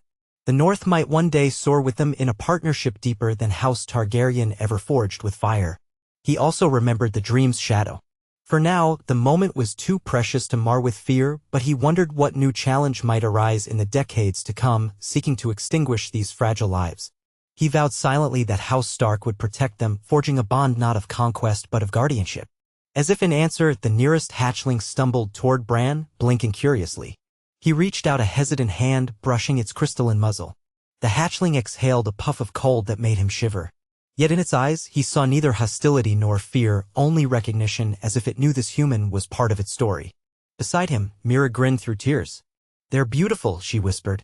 Bran could only nod, heart brimming with awe. The matriarch rumbled softly, as though in agreement. High above, the winter sky stretched endlessly. In the hush of that secret valley, ancient alliances found rebirth. A battered realm might find new hope in these creatures of frost and sky. Whether the South would ever see them, whether the next generation would be friend or foe to mankind, remained an open question.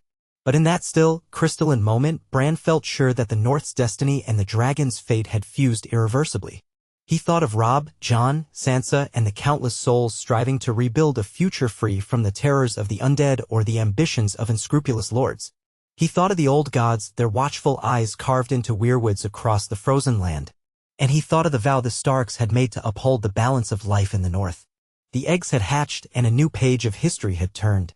Whatever trials lay ahead, they would meet them together, House Stark, the Ice Dragons, and all those who believed in a world where winter's power could be a shield rather than a sword. In that shining instant, under the matriarch's protective gaze, Bran touched the newborn's snout once more, silently promising that as long as the North endured, these hatchlings would have allies among men. The wind whispered across the spires, carrying with it the faint echo of a promise older than kings, weaving the fate of dragon and man into a tapestry unbroken by time. And for the first time in generations, the winter sky felt full of promise, singing with the quiet thunder of new wings that might one day protect all who called the North their home. Bran Stark knelt in the frozen valley, feeling the pounding of his heart as he looked upon 3 newborn ice dragons huddled close to their mother. The crackle of brittle frost beneath him, the soft squeaks from the hatchlings, and the gentle rumble of the matriarch formed a soundscape unlike any in the known world. It was the music of ancient wonder, of something grander than human comprehension. Each hatchling had emerged from its egg with unique markings. One shimmered like polished ice shot through with opalescent veins, another bore patterns of pearly gray, while the last carried faint auroral swirls along its ridges. All 3 were still unsteady, their limbs uncertain, their delicate wings trembling as though not quite sure how to fold against their small frames. Mira Reed stood a short distance away, staff spear in hand, her breath catching with every exhalation. The air was punishingly cold, but excitement lit her eyes. How many stories of legendary creatures had she heard from childhood onward? Yet none could compare to witnessing these hatchlings in their first moments of life, guided by the matriarch's watchful gaze. The adult ice dragon that had brought Bran and Mira here, the smaller of the 2 grown dragons, shifted its weight, exhaling a wisp of chilled air that sparkled in the shafts of sunlight piercing through the high, crystalline spires. Bran reached out again, gently pressing his palm against the smallest hatchling's muzzle. The creature let out a high-pitched sound, a cross between a chirp and a squeak, then blinked with wide, silvery blue eyes. In that contact, Bran felt a resonance deeper than words, something akin to the green seer current that let him slip into the minds of wolves, ravens, and once even hotter but infinitely more powerful. The hatchling's world was new and bewildering, a swirl of instincts and impulses guided by an ancient heritage. He sensed in it the echo of the matriarch's protective nature and the long memory of winter's domain. The matriarch shifted her colossal head to watch, her gaze far from placid. Even so, she allowed the contact. When Bran withdrew his hand, frosted formed on his gloves, crackling as he flexed his fingers. A faint pang of numbness traveled up his arm, but he managed a small smile. Despite the freezing sting, he felt awe. Their bond with these creatures had led them to this moment. Yet he knew it was not ownership. The ice dragons answered to older laws than any mortal kingdom. In the following hours, Bran and Mira remained in that valley, learning what they could. The matriarch curled herself around the hatchlings, breathing a controlled frost onto them at intervals as if to regulate their temperature. Mira, ever alert, took a measure of the eggshell fragments and discovered them to be almost glass-like, transparent layers that sparkled with shifting colors. She showed a handful of these fragments to Bran, each piece thin yet incredibly strong, a substance so distinct from normal reptilian eggs that it was plain these were creatures of pure magic, living winter incarnate. Bran sensed no immediate hostility from the dragons, only vigilance, particularly from the matriarch. The newly hatched trio seemed content to clamber over each other, squeaking for attention when they weren't clinging to their mother's forelimbs. Occasionally, the smaller adult dragon would approach, sniffing them in near bemusement, as if recalling its own birth centuries ago. Bran got impressions of satisfaction, relief, and an undercurrent of tension from the older two, as though something in them understood how delicate the hatchling's future might be.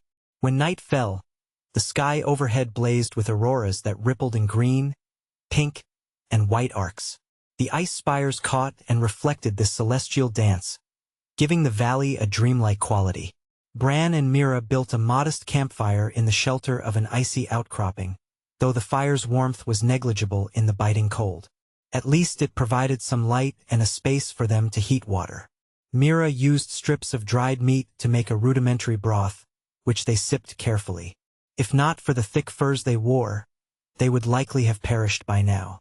As Bran dozed, images drifted through his mind. He saw the hatchlings taking flight one day, their wings spanning half a mountainside, their roars echoing across the tundra. Then he saw the ominous shadow again, a shape that loomed from a horizon of swirling snow, not the Night King, but reminiscent of that same primal darkness. Something telling him that this new generation of dragons would not remain unchallenged. Sleep overtook him in fits, jarring him awake at intervals to see the matriarch's coldly luminescent eyes watching from just beyond the flicker of the campfire.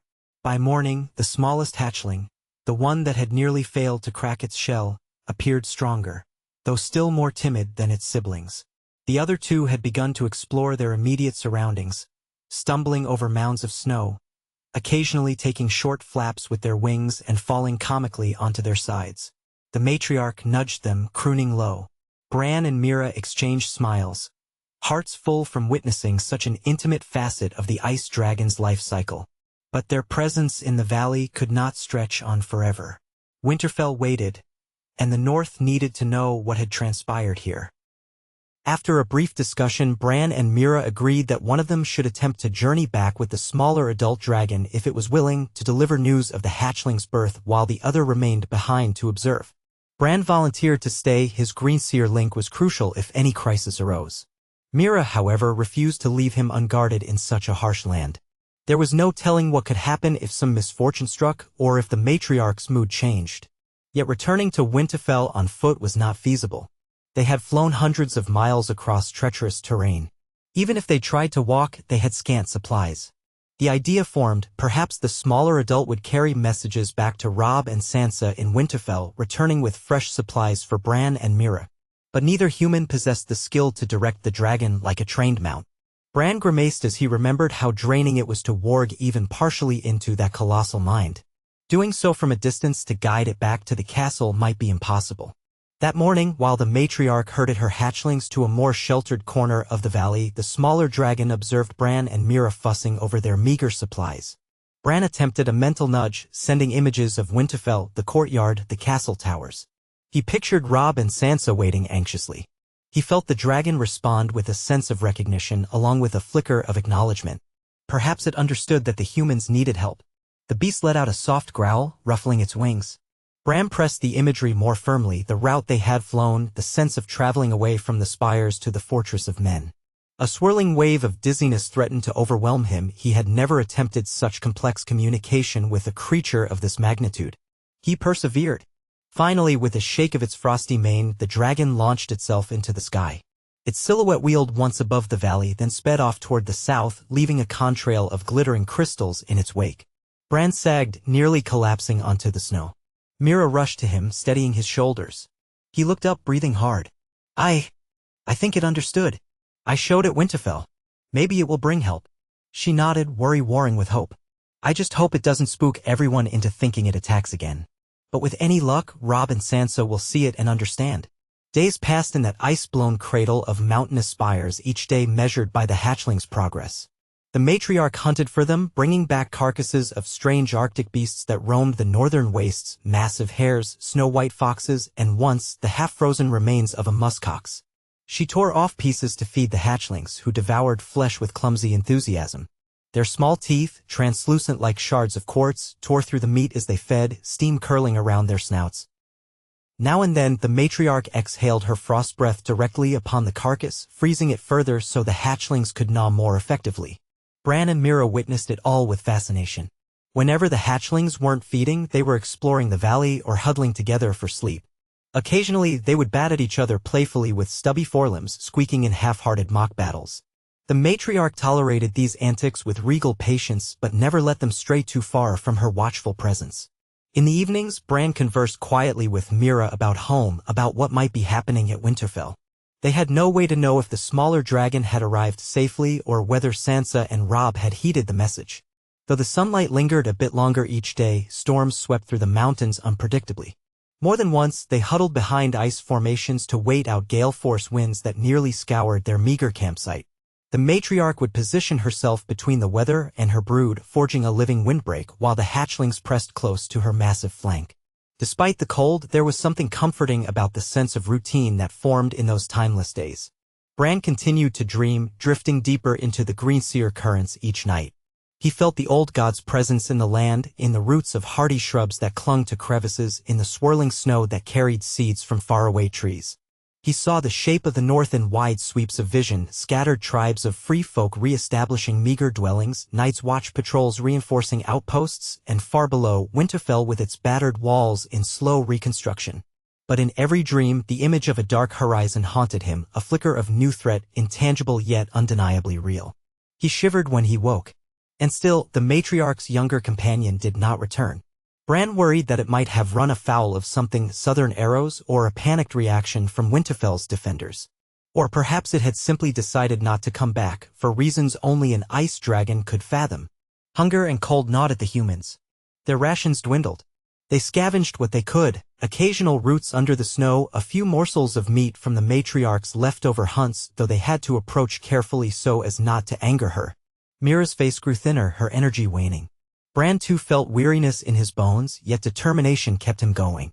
He would not abandon the hatchlings nor betray the trust the dragons had shown by allowing him this close. One late afternoon, a break in the clouds revealed an expanse of pale sky. Bran was trying to coax some warmth from a paltry fire when Mira shouted in excitement, pointing upward. A distant shape appeared, glinting in a stray beam of sunlight. It rapidly drew closer, revealing not one but two shapes in flight, one large and pale, the other smaller, darker. Bran's pulse quickened at the possibility that the smaller adult dragon was returning. But as they drew near, details resolved. The first was indeed the smaller adult, its wings outstretched in a majestic arc clinging to its back was a figure cloaked in heavy furs. The second shape, trailing somewhat behind, was a large, shaggy griffin-like beast, no, a great eagle? Bran squinted, uncertain. He and Mira scrambled out from behind their meager windbreak, waving. The smaller ice dragon descended with a thunderous rush, flurries of snow billowing around its landing. The cloaked figure slid from its back with surprising grace. When the swirling flakes settled, Bran's eyes widened. It was Robb Stark, clad in thick furs, carrying a heavy pack. His face was flushed with cold, eyes shining with relief. Before Bran could say a word, Robb strode forward and embraced him, ignoring the fact that Bran nearly collapsed from the force. "You're alive?" Robb gasped, voice cracking. "We feared the worst." Sansa's been half beside herself with worry. He looked over Bran's shoulder at Mira, who gave him a weary smile of greeting. Behind them, the second flyer landed in a gust of wings. Ghost, Jon's direwolf, perched awkwardly in the grip of a giant eagle? No, not quite. As the swirling snow parted, Bran realized it was a creature of the far north, a monstrous snow rock that Tormund had once described. On its back was another figure, Gendry. The black-haired smith dismounted with a wild-eyed expression that mingled awe and terror. "That was the scariest ride of my life," Gendry muttered, nearly collapsing to his knees when his feet touched the ground. Ghost leapt beside him, shaking frost from his fur, looking quite irritated by the flight. "What in the seven hells?" Mira began, but Robb raised a hand, still catching his breath. "Long story," he said, his voice raw with the cold wind. "After your dragon arrived with those strange images in its mind, we weren't sure how to bring supplies or more help. We tried to attach saddlebags to it, but it refused, seemed impatient. Sansa and I realized we needed someone the dragon recognized, a Stark, and enough gear to survive the trip. So I took the risk, climbed on, and we soared away. Gendry insisted on coming, but the smaller dragon wouldn't let him mount as well. It only allowed me. We thought all was lost, until Tormund and a few wildlings in Winterfell suggested we use a tamed snowrock they'd captured years ago as a fledgling. Gendry took that instead, with Ghost. The beast was half wild, but it followed the dragon's lead." He broke into a shaky laugh. "It's madness. But we had no other choice." Bran could only stare, both astonished and immensely grateful. "You came all this way for us." "Of course I did," Robb said. "We're family. And these dragons, the North's future depends on them. Let's not speak of the time I almost fell off in midair." He shuddered, then forced a wry grin. While they talked, the matriarch emerged from behind an ice spire, her 3 hatchlings clustered around her feet. They peered curiously at the newcomers. Gendry blanched, swallowing hard, though he'd known the tales of these creatures. Seeing them up close was another matter. Robb's eyes went wide at the sight of the newborn dragons, shining with an otherworldly luster under the setting sun. "7 gods," he whispered. "They're incredible." Bran nodded, a quiet smile on his lips. "They hatched only days ago. The matriarch has been protective but accepting, as you can see." Robb gazed upon the hatchlings with equal parts wonder and caution. Then he hefted the pack off his shoulders. "We brought what supplies we could. Food, furs, more flint, some medicine. I didn't know how long you've been out here. We worried." Mira exhaled in relief. "You're just in time. Our rations were nearly gone." As they settled down to redistribute supplies, the dragons watched intently. The smaller adult that had carried Robb stretched out its wings, shaking off the flight, while the matriarch's gaze lingered on him and Gendry. Bran sensed her evaluating them, weighing their intentions. With the last rays of daylight turning the spires pink and gold, the strange fellowship made camp. They used the extra tents and furs Robb had brought, forging a more substantial shelter against the icy wind. Gendry erected a small forge-like apparatus he'd packed, basically a portable brazier meant for forging arrowheads or repairs on the spot, though now it served mostly to provide extra heat. Night descended, bringing another tapestry of auroras overhead.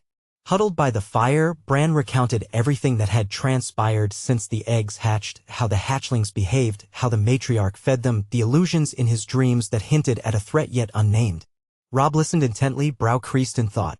Gendry, for his part, looked equally mesmerized and unsettled, glancing often at the dragons as though expecting them to vanish. The presence of Ghost, lying with his muzzle on his paws, gave an odd sense of normalcy, just a dire wolf among ice dragons in the far north. When Bran asked what had transpired in Winterfell after he left, Robb explained that the Lannister envoy had returned south, presumable. Why bearing House Stark's refusal to yield? Rumors suggested House Lannister might be gathering allies, though no direct threat had arisen yet. Meanwhile, life in the north continued to recover. Bannermen cooperated in reconstruction, and even the Vale expressed cautious interest in forming a more formal alliance, enticed by stories of the undead's defeat and the presence of mythical dragons. "But Sansa was deeply worried about you," Robb added gently, looking at Bran's pale cheeks. "We all were. Jon Snow has been at the Wall, sorting out the Night's Watch, so he learned only belatedly that you flew off. He was furious at first, but then said something about, of course Bran would do that." A wry smile tugged at Bran's lips. "I never wanted to vanish so suddenly. But the dragon came for me. We didn't have time to plan." They rested easier that night, with full bellies for the first time in days. In the morning, the matriarch seemed curious about Robb, stepping closer to sniff at his furs. He stood still, forcing himself not to flinch as her enormous head loomed over him, exhaling a cold breath that sparkled in the thin sunlight. Ghost perked up, growling softly in warning, but Robb kept a hand on the direwolf's scruff. The matriarch's eyes were intelligent, not hateful. After a tense moment, she rumbled in acceptance and moved on. Perhaps she recognized in Robb the same familial scent that emanated from Bran. Or perhaps she realized he was an ally to the brood. Days turned into a new cycle of observation and survival, though conditions improved now that they had more supplies. Robb had brought enough dried rations to feed everyone for a fortnight. Gendry's portable brazier allowed them to melt snow more efficiently, giving them fresh water. They erected a larger tent in the lee of a massive ice formation, lining the interior with furs. The hatchlings grew bolder each day, venturing farther from their mother to clamber across the broken ice. Sometimes they discovered new vantage points from which to test their nascent wings, though they still lacked the strength to fly. Bran's mind brushed theirs in fleeting moments, marveling at their inquisitiveness. One afternoon, while snow fell in a thick curtain, Robb and Bran walked together along the perimeter of the valley, marveling at how the spires of ice resembled the arches of a vast, natural cathedral. Occasionally, they stumbled upon signs of the old battle that had raged here, jagged scars in the ice from the White Walker's presence. It reminded them of the deeper reason these dragons had revealed themselves at all, the threat of the Night King. Though that threat was gone, the bond between man and dragon existed for a purpose, to guard the realm from horrors beyond mortal ken. At a certain vantage, they noticed the matriarch perched atop a tall outcrop, gazing out toward the distant mountains. The three hatchlings meandered below her, squeaking in random excitement over clumps of snow or hidden lumps of ice. Robb said quietly, "I still can't believe they allow us this close. Fire dragons would have likely charred us on sight." Bran exhaled a cloudy breath. "Ice dragons are different. Not docile, but their purpose is older, more tied to the land. I think they sense we have no desire to enslave them." He paused, mouth tightening. "If the Lannisters or others come seeking to control them, it will end badly for everyone." Robb glanced at Bran. "In your visions, do you see that happening?" Bran hesitated, then shook his head. "Not clearly. But I sense conflict ahead, perhaps not immediate, but inevitable. People fear what they don't understand, especially in the south. And if they learn new dragons have hatched, some will want them as weapons." Robb grimaced. "We can't let that happen. But how do we protect them? They're free creatures. They can come and go at will." "We form a bond of trust," Brent said. "We help them protect themselves if other men come with spears or scorpions. And we show the realm, if we can, that these dragons aren't a threat to be used or destroyed, but allies to be respected." They walked on, each lost in thought, until Gendry's shout from camp drew their attention. They hurried back to find the young smith standing at the edge of the campsite, Ghost beside him, staring into the swirling snow. "Something's out there," Gendry murmured. "I saw movement beyond that ridge." Robb and Bran scanned the white horizon. Indeed, a dark shape flickered at the edge of visibility. At first they feared it might be a white, but that was impossible now that the Night King was destroyed. Perhaps a polar bear or some other northern beast. They waited, hearts thumping. Then the shape vanished behind a crest of ice. Robb frowned. "We should investigate. Mira can hold the camp." "Gendry, come with us." "Ghost too." Bran insisted on joining. Though he couldn't travel as swiftly on foot, he had grown adept at using a staff or Mira's spare spear as a crutch. With Robb supporting him at times, they made cautious progress through the deep snow. The matriarch, noticing their movement, let out a low rumble but did not interfere. The hatchling scrambled behind her, not paying the humans any heed. Tense minutes passed as they climbed a gentle slope of wind-packed snow. Then Ghost stiffened, growling low. A figure stumbled into view, draped in ragged furs, face pale with frost. She saw them and raised trembling hands. A woman, gaunt and shivering, with disheveled hair that stuck to her cheeks in frozen clumps. Gendry and Robb approached warily while Bran hung back, leaning on his staff. "Help me," she rasped, then collapsed onto her knees. Instantly, Robb was there, supporting her, calling for Gendry to fetch water. She coughed violently, eyes rolling in her head as if delirious. Her accent was northern, though not a dialect they recognized immediately. "So cold." They half-carried her back to camp, lying her near the brazier to warm up. Mira hurried over, rummaging through the supplies for any leftover broth or healing salves. Over the next hour, they coaxed some life back into the stranger. She drank in small sips, her eyes darting around in confusion at the sight of dragons looming in the valley. At first, fear contorted her face, but she was too weak to fight or flee. Eventually, she regained enough composure to answer their gentle questions. Her name was Kelha, she said, from a scattered free folk clan living west of the Frostfangs. They had migrated north after the war against the dead, seeking unclaimed land. But winter storms had battered them and they lacked proper shelter. Many starved. Kelha had gone in search of help or at least game to hunt. Instead, she wandered, nearly succumbing to the cold. Bran and Robb exchanged worried glances. This was a stark reminder that, despite the Night King's defeat, people still suffered. Ghost sniffed Kelha warily, then settled down at a cautious distance. Kelha's gaze flicked to the dragons, terror shining behind her fatigue. You ride them? She managed, voice raspy. Not exactly, Bran replied gently. They're friends. Kelha choked out a mirthless laugh. Friends? Gods, are we in some mad dream? Mira pressed a waterskin to Kelha's lips. Just drink, she urged. You're safe here. But that same day, as the group contemplated how to help Kelha's clan, the matriarch grew agitated. She paced around the valley, letting out low, reverberating huffs. The hatchlings sensed her unease, huddling closer. Bran tried to glean what troubled her, though the bond was still incomplete. Vague impressions of something approaching, a disturbance in the distance, prickled at his awareness. Robb, alarmed, ordered everyone to stay on guard. Gendry and Mira readied their weapons, though what good mortal steel might do against unknown threats in this realm was debatable.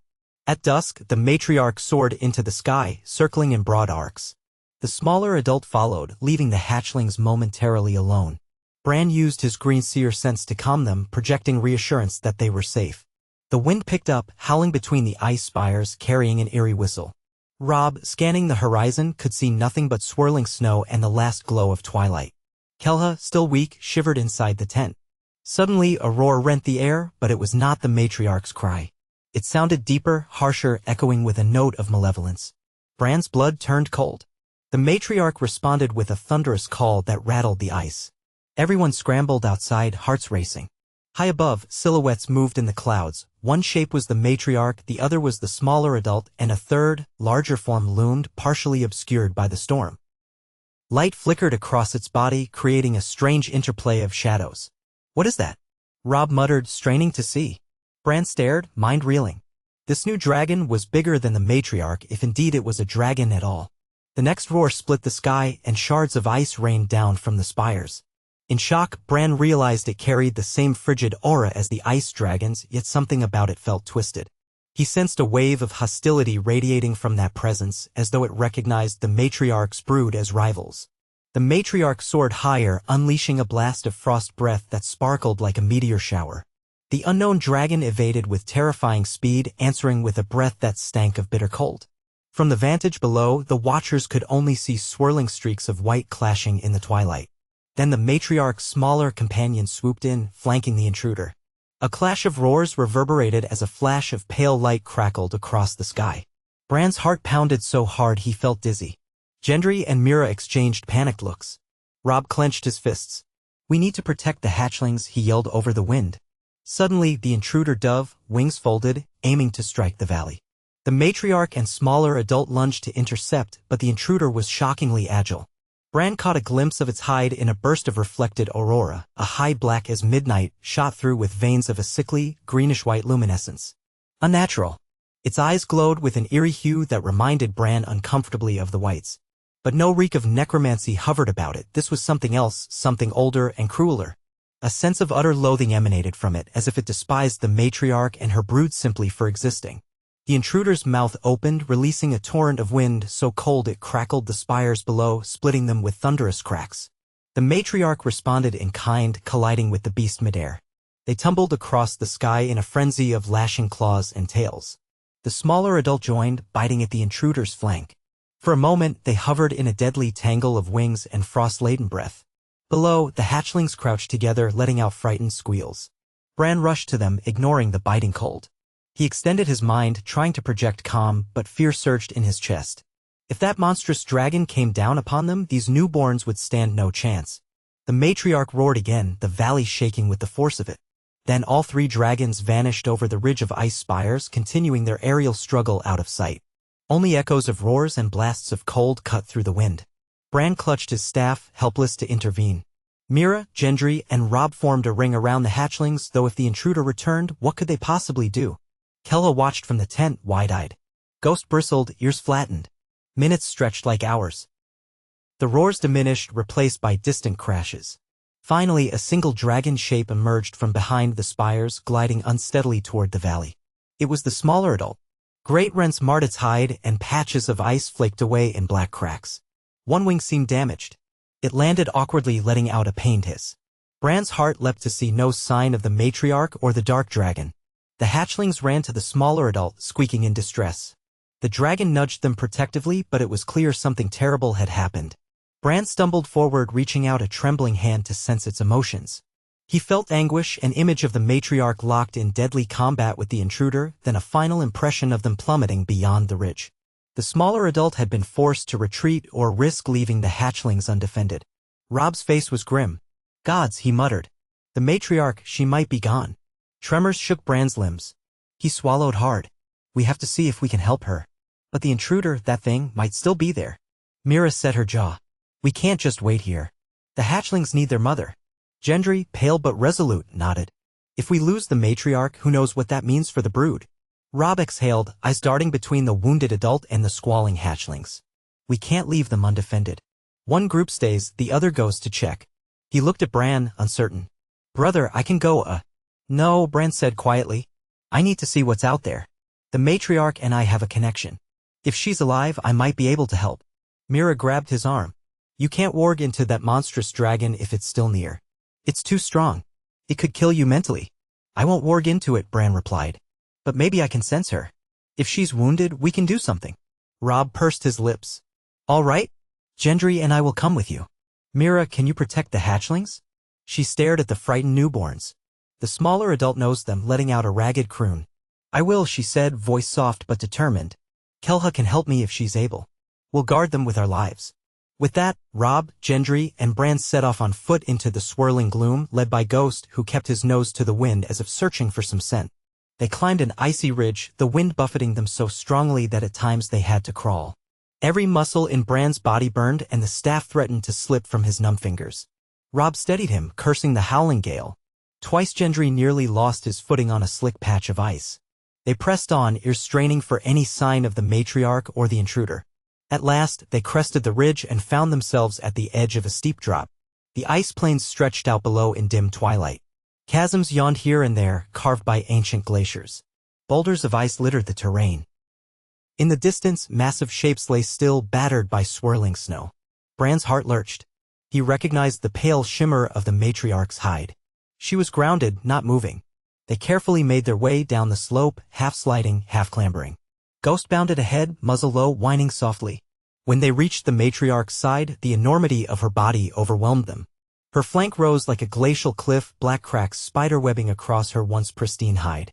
One wing hung at an unnatural angle. Blood of an icy, pale blue color seeped from deep gouges. Her eyes were closed. Robb approached her massive head, voice trembling. Is she? A faint exhalation of frost escaped her nostrils, stirring the snow. She lived, but only barely. Bran stumbled to her, pressing his palm to her snout. Pain shot through him as if an echo of her wounds. He saw fleeting images, the intruder's savage jaws, arcs of biting cold, then a final clash that tore them both from the sky. The intruder was gone, where, she did not know. Possibly retreated, possibly lurking.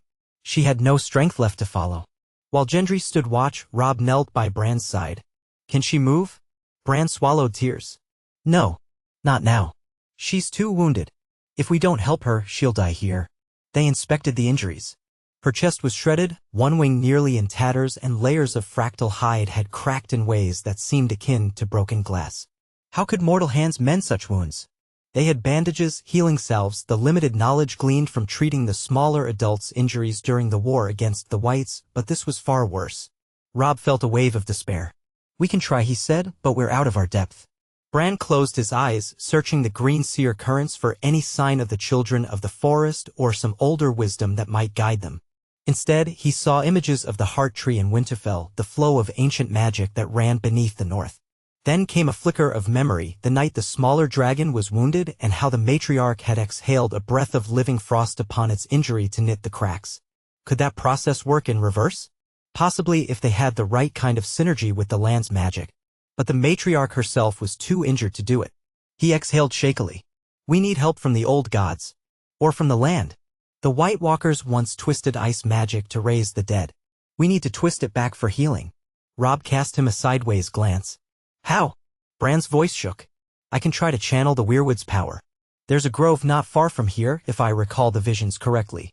At the foot of these mountains where the roots of ancient pines cling. But we'd have to move her or bring the magic here. He stared at her massive form, the cracked ice. Moving her is impossible. So maybe I can pull that magic to her. Gendry, scanning the horizon for any sign of the intruder dragon, muttered, it's worth a try. That or we watch her die. Rob cradled his face in his hands briefly, steeling himself. Do it, Bran. Tell me what to do. Carefully, they set up a perimeter around the matriarch, bracing thick furs and blankets from Rob's pack along the worst of her open wounds in a futile attempt to slow the frigid blood loss. Ghost whimpered, nuzzling her forelimb, perhaps sensing the same protective bond that the dire wolves held for House Stark. Bran, exhausted, knelt in the snow, pressing both hands to the matriarch's muzzle. He closed his eyes and let his consciousness dive into the swirling tapestry of old magic that permeated the north. He reached out as if calling across a vast distance, searching for the weirwood network. He found flickers of awareness, distant heart trees, half buried in snow, and the living memory they harbored. He poured a silent plea into that current, that the old gods share their power, let him heal this guardian of winter, this creature bound to the north's ancient soul. The intensity of the attempt left him trembling.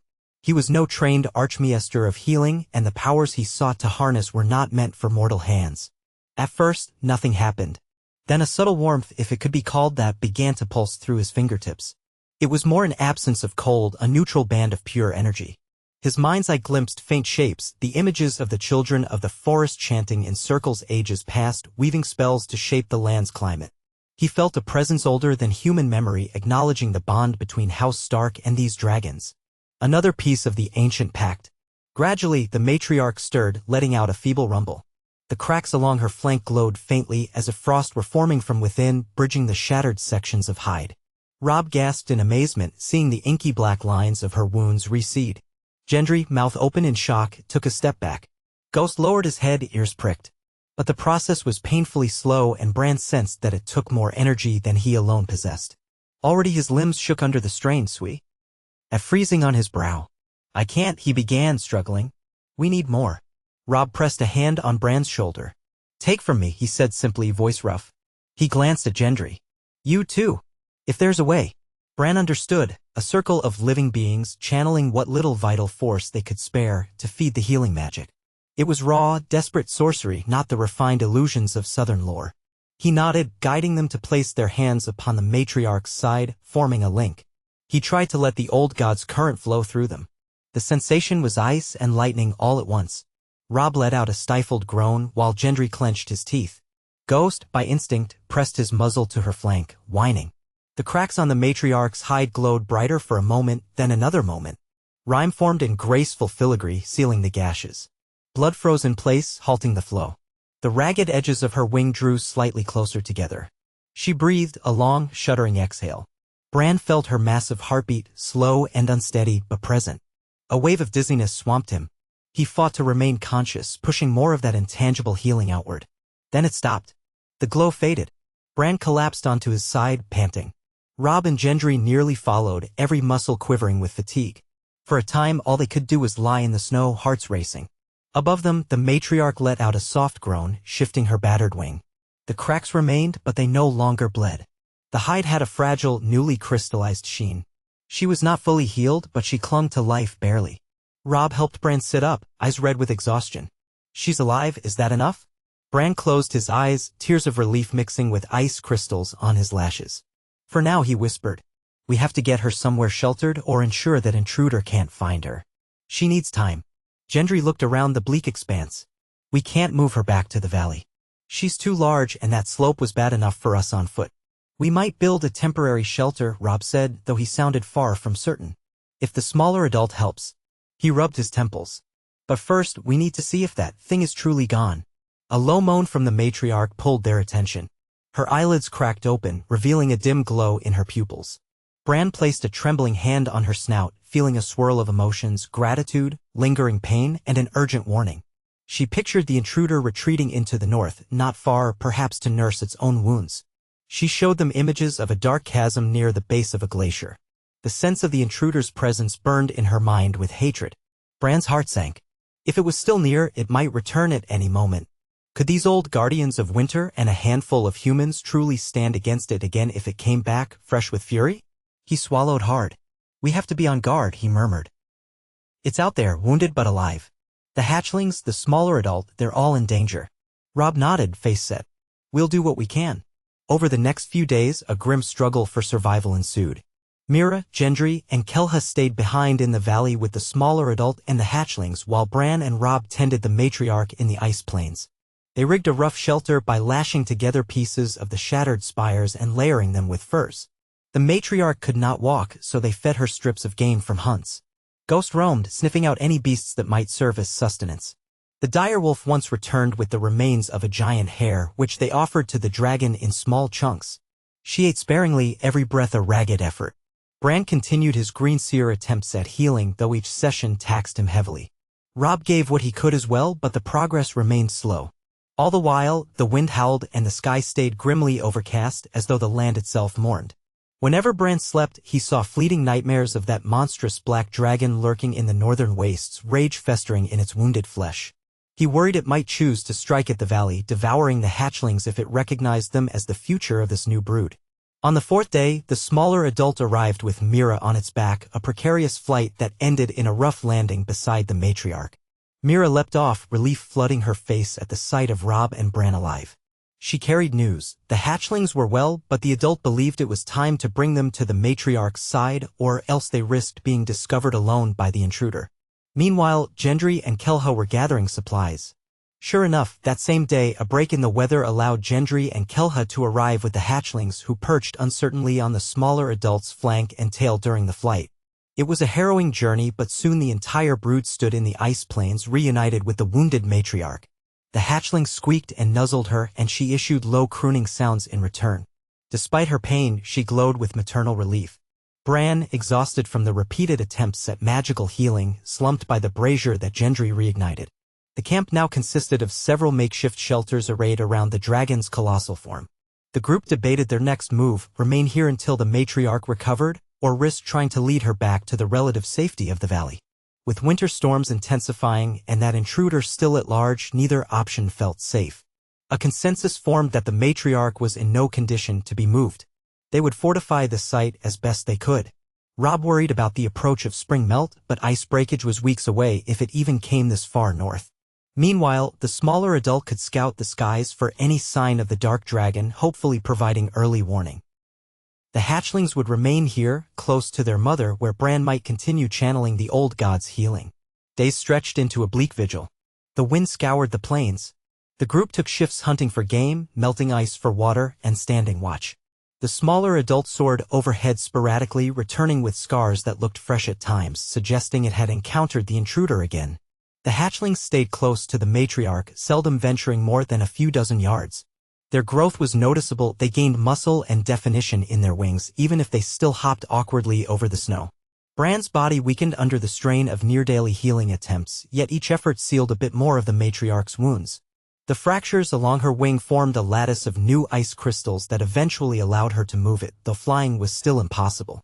She gained enough strength to stand and shuffle a short distance, letting the group clear away some of the bloodied snow beneath her. During one such operation, Rob approached Bran quietly, voice edged with worry. "You're pushing yourself too far." Bran managed a weary smile. "I'll rest soon. Another few sessions and she might fly on her own. Then we can leave this cursed plane." Rob glanced at the horizon. "If that intruder attacks again, we may not survive. Our supplies are running low. The hunts aren't yielding much. Even the local hares seem to have fled." Bran chewed the inside of his lip. "We might have to risk traveling south, leading the dragons in increments. If the matriarch can manage short flights, we can hop from one safe point to another. That or we call for more help from Winterfell," Rob said, though his tone betrayed uncertainty. "But we can't send a raven out here. And the smaller dragon is too busy scouting." Before they could debate further, a thunderous crash echoed across the plain. Snow whipped into the air in a distant arc as if an explosion had erupted behind an ice ridge. The matriarch's head snapped up, eyes flaring. The hatchling squealed in alarm. Ghost let out a snarling bark. Mira, Gendry, and Kelha rushed from their shelters, peering fearfully at the swirling clouds. The next moment, the intruder's roar shook the ground. The black shape soared into view, battered but still formidable, greenish veins pulsing along its hide. Clumps of black ice dropped from its wings as it circled high above. The matriarch bellowed in response, though she could not take off to meet it. The smaller adult rocketed skyward in a challenge, but it was obviously outmatched in raw size. The intruder dwarfed even the matriarch, and though it was injured, fury radiated from every jagged motion of its wings. Bran felt dread coil in his stomach. This was no random beast. It moved with lethal intent, diving to engage the smaller adult in a swirl of savage blows. Claws raked across the smaller dragon's side, drawing gouts of that pale blood. A shriek tore the air. The two parted, then slammed together again, spires of ice shattering below them in an avalanche of shards. Robb shouted over the din, "We can't stand here." The hatchlings. The intruder twisted mid-flight, unleashing a torrent of black frost that slammed into the plain. The shockwave nearly knocked everyone off their feet. The matriarch roared, stepping forward with trembling limbs as though determined to protect her young. The hatchlings cowered behind her, squeaking in terror. Gendry and Mira brandished their spears uselessly, exchanging frantic looks. Kelha tried to herd the hatchlings under the matriarch's belly, risking a swipe of that enormous tail in the chaos. Bran's pulse thundered. They had no siege weapons, no flaming arrows, no Valyrian steel specifically forged for dragons. Even if they did, the black intruder soared out of range, and normal steel would likely glance off a hide infused with ancient magic. A savage hiss cut the air. The smaller adult latched onto the intruder's flank, but the intruder whipped its barbed tail around, smashing into the smaller dragon's head. The smaller adult lost its grip, plummeting before managing to flare its wings and avoid a crash. Blood spattered across the snow in swirling arcs. The intruder let out a roar of triumph, circling back to finish the job. Robb clenched his jaw. "We have to do something." Bran's mind raced. The old gods had granted them partial success healing the matriarch, but could that magic also be wielded in combat? It seemed sacrilegious to twist that power into violence. Yet in his dreamlike visions of the children of the forest, he recalled illusions of them summoning storms, shaping the elements to fend off the first men long ago. Desperate times. He focused on the plain beneath them, on the glacial flows that ran beneath the surface, full of hidden currents of water and ice. If he could manipulate that in some way, create a trap or a barrier. He closed his eyes, ignoring the pandemonium around him, and plunged into the greenseer current. He found the pulse of the land, that same tapestry of energies. Instead of using it to heal, he tried to mold it as a barrier. He pictured the ice beneath the intruder fracturing, erupting in jagged spines. A wave of near-painful cold slammed into his consciousness. Then a deep groan reverberated through the ground. Great cracks formed in the snowfield, radiating outward. Gendry yelped, leaping back as a chasm opened at his feet. The intruder, swooping low in a pass toward the matriarch, suddenly found the ground splintering beneath its trajectory. Shards of ice rose up in a formation of spiked ridges, forcing it to veer away. It roared in surprise, slashing at the spines. Robb stared at Bran, wide-eyed. "You're doing this?" Bran's nose dripped blood. He nodded faintly, body trembling with the strain. The land responded to him, but it was chaotic, as if awakening a sleeping giant that did not wish to be disturbed. He pushed harder, envisioning a funnel of swirling snow to hamper the intruder's flight. The wind began to howl, forming miniature tornadoes that spun across the plain. The black dragon struggled to maintain altitude, screeching in frustration. The smaller adult seized the chance to lunge upward, snapping at its wing. Yet the intruder fought back with ferocious cunning. It snapped its jaws around the smaller dragon's neck, biting down. A sickening crack rang out. The smaller dragon twisted, raking the intruder's chest, forcing it to release. Both dragons tumbled apart, battered and bleeding. The smaller adult crashed into a mound of snow, sending up a geyser of powder. Bran nearly choked in despair. How much more could it endure? The matriarch summoned what strength remained, limping forward, wings half extended in a protective stance. She roared at the intruder, a sound that shook the spires. The hatchlings squeaked, pressing themselves against her flanks. The intruder hissed, beating its wings to remain aloft despite the wind swirling around it. Bran sensed its hatred, a black pit of primal rage. Robb readied his sword, though it seemed pitiful. Gendry stood at his side, brandishing a spear, while Mira and Kelha flanked the hatchlings. All the while, Ghost prowled, hackles raised. The intruder angled itself for a final dive, jaws open, black frost congealing around its throat. Bran felt power flaring through it as if it planned to unleash a cataclysmic burst. In that moment, the smaller adult rose unsteadily behind the intruder. With a guttural snarl, it battered the black dragon's tail from behind, deflecting its aim. The intruder's frost blast seared harmlessly across the empty plain. Furious, the intruder spun, but the smaller adult latched on, locking them both in a deadly embrace. They plummeted from the sky, slamming into the ground with an earth-shaking impact. Snow billowed everywhere, obscuring them from view. Everything went still for several terrifying seconds. Then the smaller adult staggered out of the cloud, trailing thick streams of pale blood. Its left wing hung limp, half-shredded. The intruder lay behind it, neck bent at an impossible angle, black hide cracked wide, those sickly veins pulsing in final throes. With a rattling hiss, it went still, greenish glow fading from its eyes. The smaller dragon collapsed to its knees, exhaling a ragged breath. The matriarch, rallying her battered form, limped toward it. Their heads touched for a moment in a silent communion of relief and sorrow. The hatchlings ventured forth, squeaking in confusion at the massive black corpse. Gendry, Robb, and Mira approached, weapons raised in case the intruder still lived. But it was truly dead, its chest caved in from the crash, vol fluid leaking onto the snow. Bran, shaking, felt tears prickle his eyes. They had survived, though at a terrible cost. The matriarch and smaller adult were wounded beyond anything mortal healing could easily mend. The land around them lay shattered, spines of ice jutting in bizarre angles, shaped by Bran's desperate power. The hatchlings quivered with fear, pressing themselves against their mother's battered flank. A sense of finality hummed in the frigid air. As the storm clouds parted, a shaft of pale sunlight illuminated the fallen black dragon. Its hide looked even more alien in the daylight, a labyrinth of unnatural patterns. Robb stood over it, sword in hand, expression grim. "Where did it come from?" he asked hoarsely. "Another brood? Some corrupted spawn of the long night?" Bran shook his head, clutching his staff. "I don't know, but I felt no necromancy. It was alive in its own right, possibly a relic from a darker era, awakened by the same stirrings that brought the matriarch south. The death of the Night King may have changed the balance of magic in the north." Mira wiped sweat and snow from her brow. "At least it's gone. Now we tend to our dragons, if we can." Robb nodded, sheathing his sword with a trembling hand. The smaller dragon lay panting, each exhale a faint swirl of frost.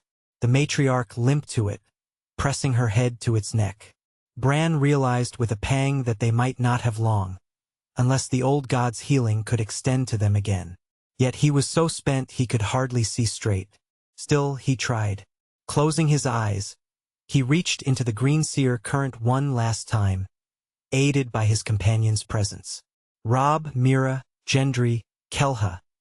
They each laid hands on the dragon's flanks, mindful of the lacerations.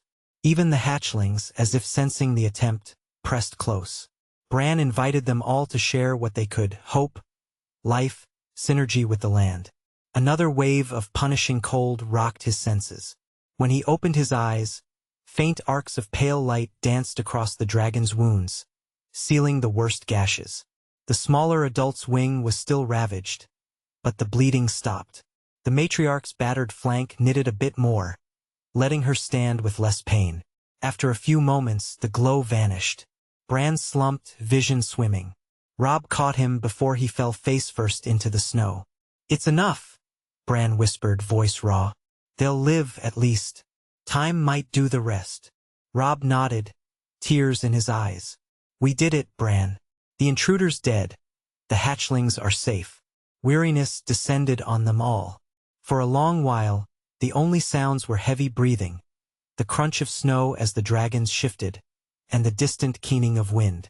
Finally, Mira helped Bran to his feet, supporting him back toward the camp. The matriarch slowly followed, her brood in tow, the smaller adult leaning against her for support.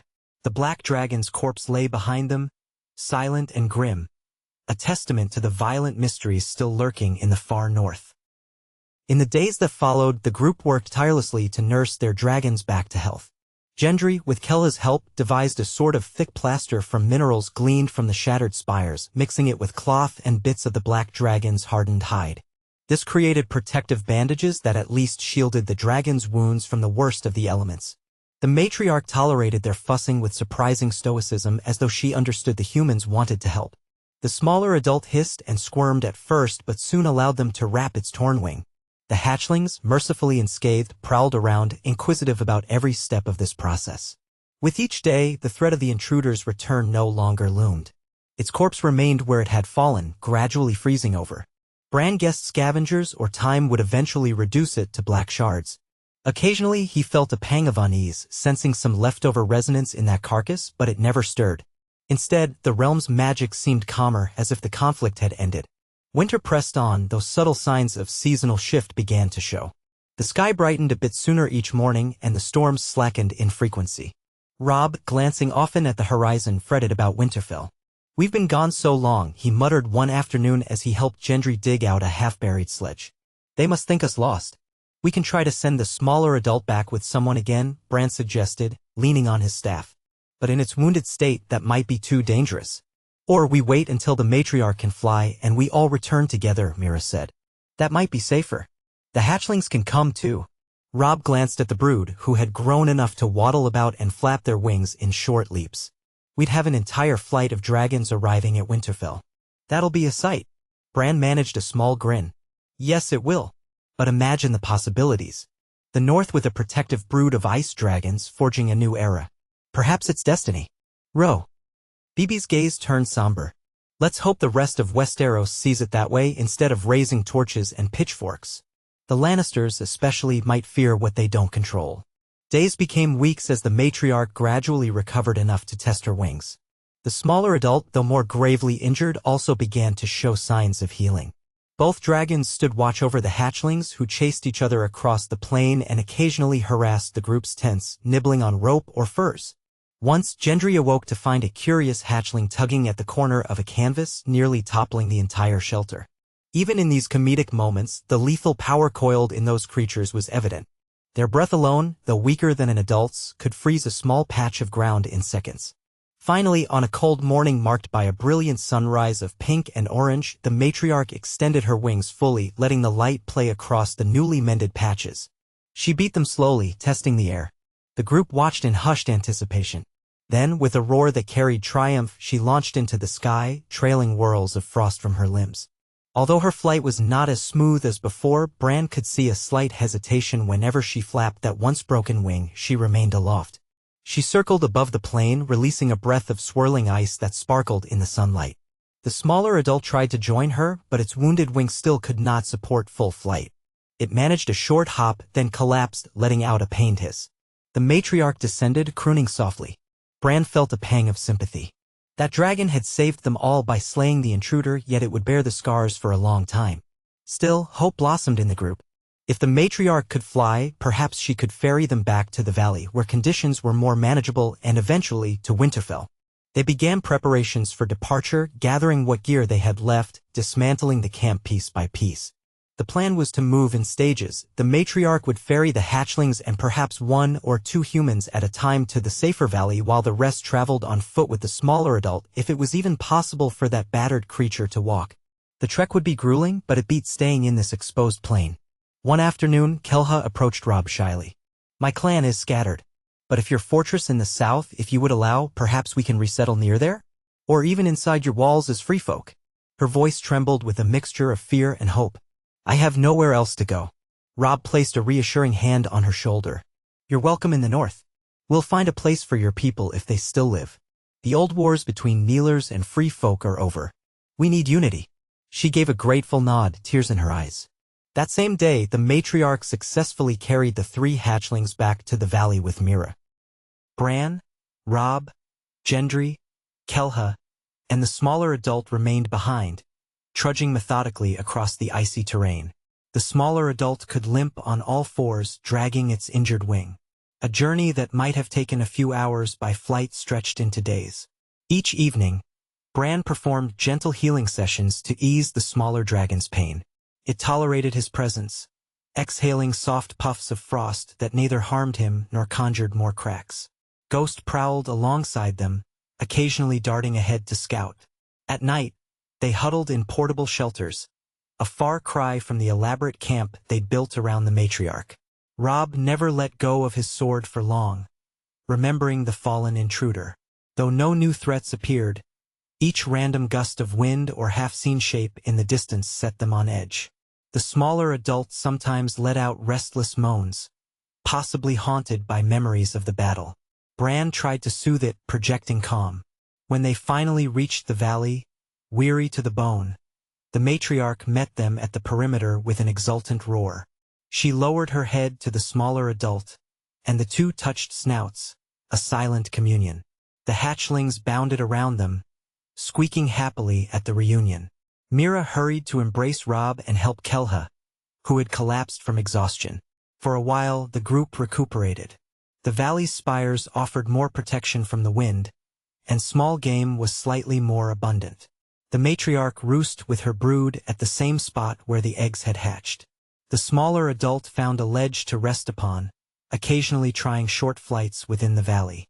Each attempt ended in a pained crash, but over time, it managed a brief, sustained glide. Gendry and Kelha fortified a campsite near the dragon nest, while Bran and Robb mapped out the best path for an eventual return to Winterfell. One clear morning, the matriarch soared overhead in full majesty, the hatchlings trailing behind her in clumsy formation. They had grown enough to take flight in short bursts, following their mother's lead. Bran watched from below, heart swelling with pride and awe.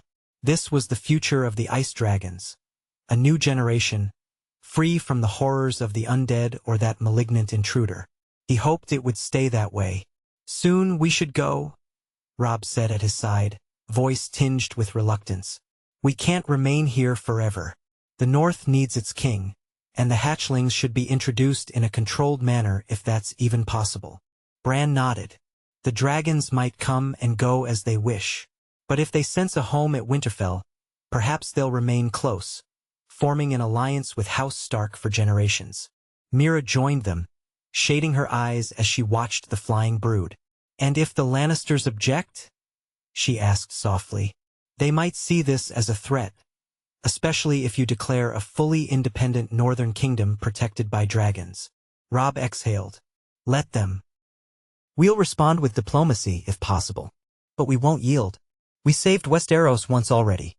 If they come to treat us as usurpers, we'll show them what stands behind us." Bran's brow furrowed. "I only hope we never have to unleash these creatures in war. They're not tools. They're living guardians." "Agreed," Robb said, placing a hand on Bran's shoulder. "But we must be realistic. Better the dragons stand with us than fall into the hands of those who'd exploit them." Preparations began in earnest. The matriarch, sensing their imminent departure, watched with curiosity as they packed. She occasionally rumbled in disapproval when the hatchlings came too close to rummaging humans, but once Bran projected reassurance, she would calm. The smaller adult practiced short flights daily, eventually managing enough altitude to clear the valley walls. Everyone rejoiced at its progress, though they also saw the scars that would never fully vanish. The journey home commenced on a frigid dawn. One by one, the humans climbed onto the matriarch's back or onto the smaller adult as each dragon carried them in separate trips. The hatchlings, though still young, could manage partial flight for short distances. Bran was the last to embark, ensuring the campsite was cleared of anything that might harm the local ecology. Kelha insisted on coming, determined to see the fabled castle of House Stark. She clung to Gendry's waist with wide eyes, while Ghost perched on a harness near Robb. As the dragons lifted them skyward, the valley fell away below in a swirl of glinting spires. The rising sun bathed the ice in rosy light, and a sense of promise coursed through them. They soared southward, eyes on the horizon. Bran felt the wind sting his face, but it was a welcome burn, a sign of life and freedom. Occasionally, the hatchlings shrieked with delight, weaving around their mother's flanks. The smaller adult flew at a slight distance, careful not to jostle its wounded wing too much, but determined to keep pace. For days, they traveled in stages, resting in sheltered hollows or near rocky outcroppings. The presence of two adult dragons, one with visible scars, kept predators far away, and the hatchlings honed their flight skills. Bran noted how they improved with each takeoff, their wings beating in sharper, more coordinated motions. Whenever the weather turned foul, the matriarch found a suitable cliff or plateau, sometimes exhaling bursts of frost to shape the ice into protective barriers. At last, after a journey that felt both endless and fleeting, they reached the outskirts of Winterfell's domain. Snow-covered fields and barren trees spread out below, with the castle's towers visible on the horizon. A hush fell among the travelers. This was the moment they had dreamed of, bringing the new brood home. But how would the people of Winterfell react to a flock of ice dragons descending upon their gates? Even with prior sightings, many had never seen so many at once, let alone the smaller adult with its injuries. Robb took the lead on the matriarch, ensuring their approach was measured. Sentries on the walls blew horns in alarm, seeing multiple dragons in the skies. Panic shouts echoed through the courtyard. But then, a second horn sounded, a note of recognition. The watchers likely caught glimpses of riders on the dragons' backs. Slowly, carefully, the matriarch circled the castle, letting out a low rumble that reverberated across the battlements. The smaller adult, flanked by the hatchlings, did likewise, though each hatchling let out excited squeaks that made the men on the walls recoil in fear.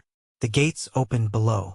Sansa Stark stood in the courtyard, cloak billowing in a swirl of wind. Soldiers and townsfolk pressed behind her, wide-eyed, some trembling, others straining to see. As the matriarch descended, beating her wings to slow her landing, the courtyard erupted in a maelstrom of snow.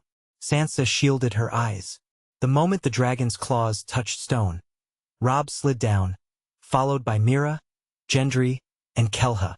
Bran stayed seated until the matriarch lowered her head gently, allowing him to dismount more carefully. The smaller adult landed with a pained grunt, the hatchlings flopping ungracefully onto the courtyard. Gasps filled the air. Sansa rushed forward, tears in her eyes. "Robb, Bran, gods, I thought." She embraced them both in turn, ignoring the swirling chaos. Then she stepped back to stare at the dragons. "The hatchlings. You truly found them. And more." She trailed off, her gaze lingering on the smaller adult's bandages and scars. Bran nodded, voice shaky with relief. "They survived. We all did. A new brood, Sansa. They belong here in the north, with us." Soldiers flinched as one of the hatchlings stumbled toward them, chirping curiously. The matriarch fixed them with a watchful stare. Sansa raised a trembling hand, a half-smile forming on her lips. Then the stories were all true. House Stark stands alongside living winter.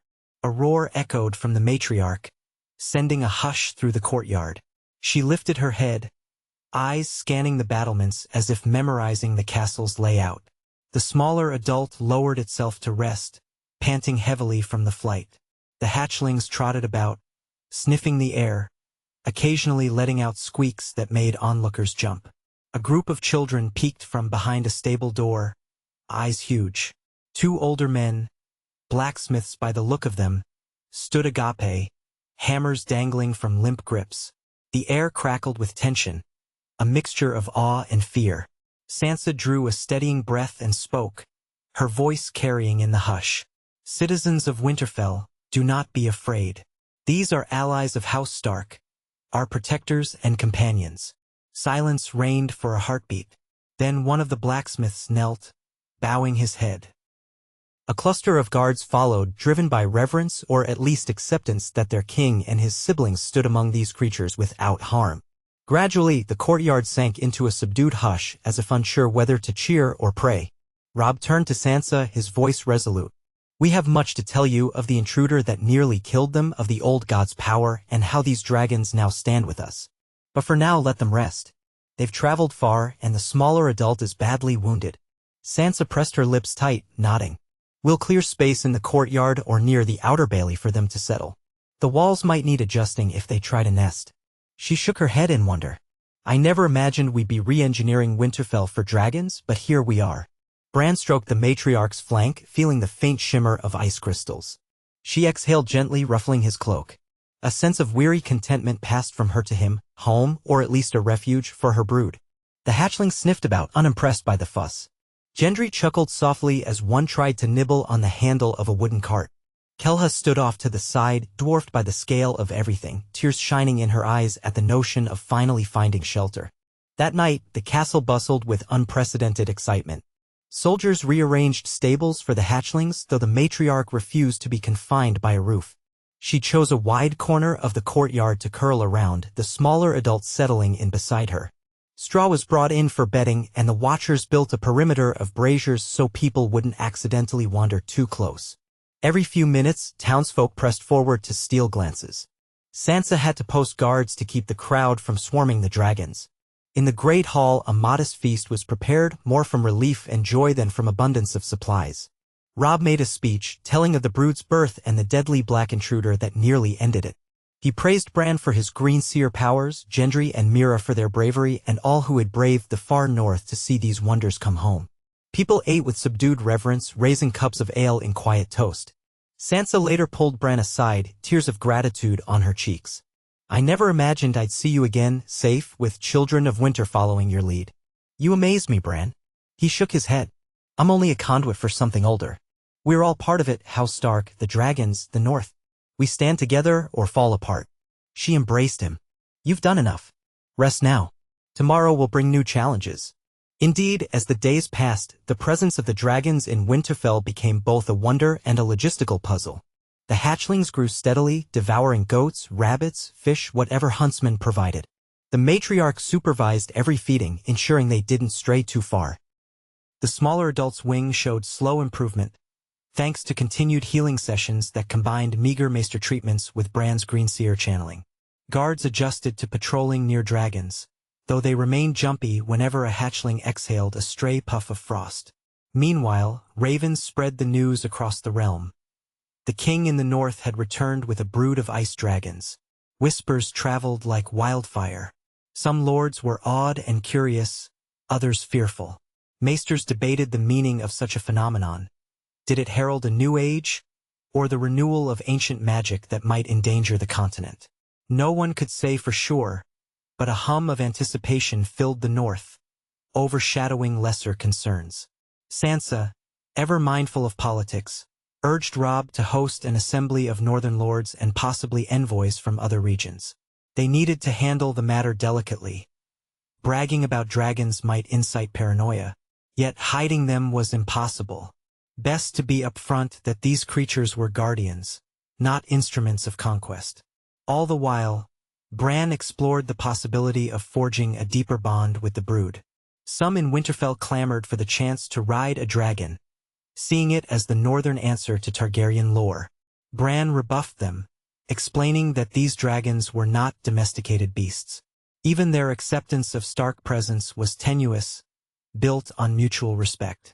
The matriarch tolerated only Bran and Robb nearing the hatchlings, with Mira occasionally assisting. She hissed at strangers who came too close.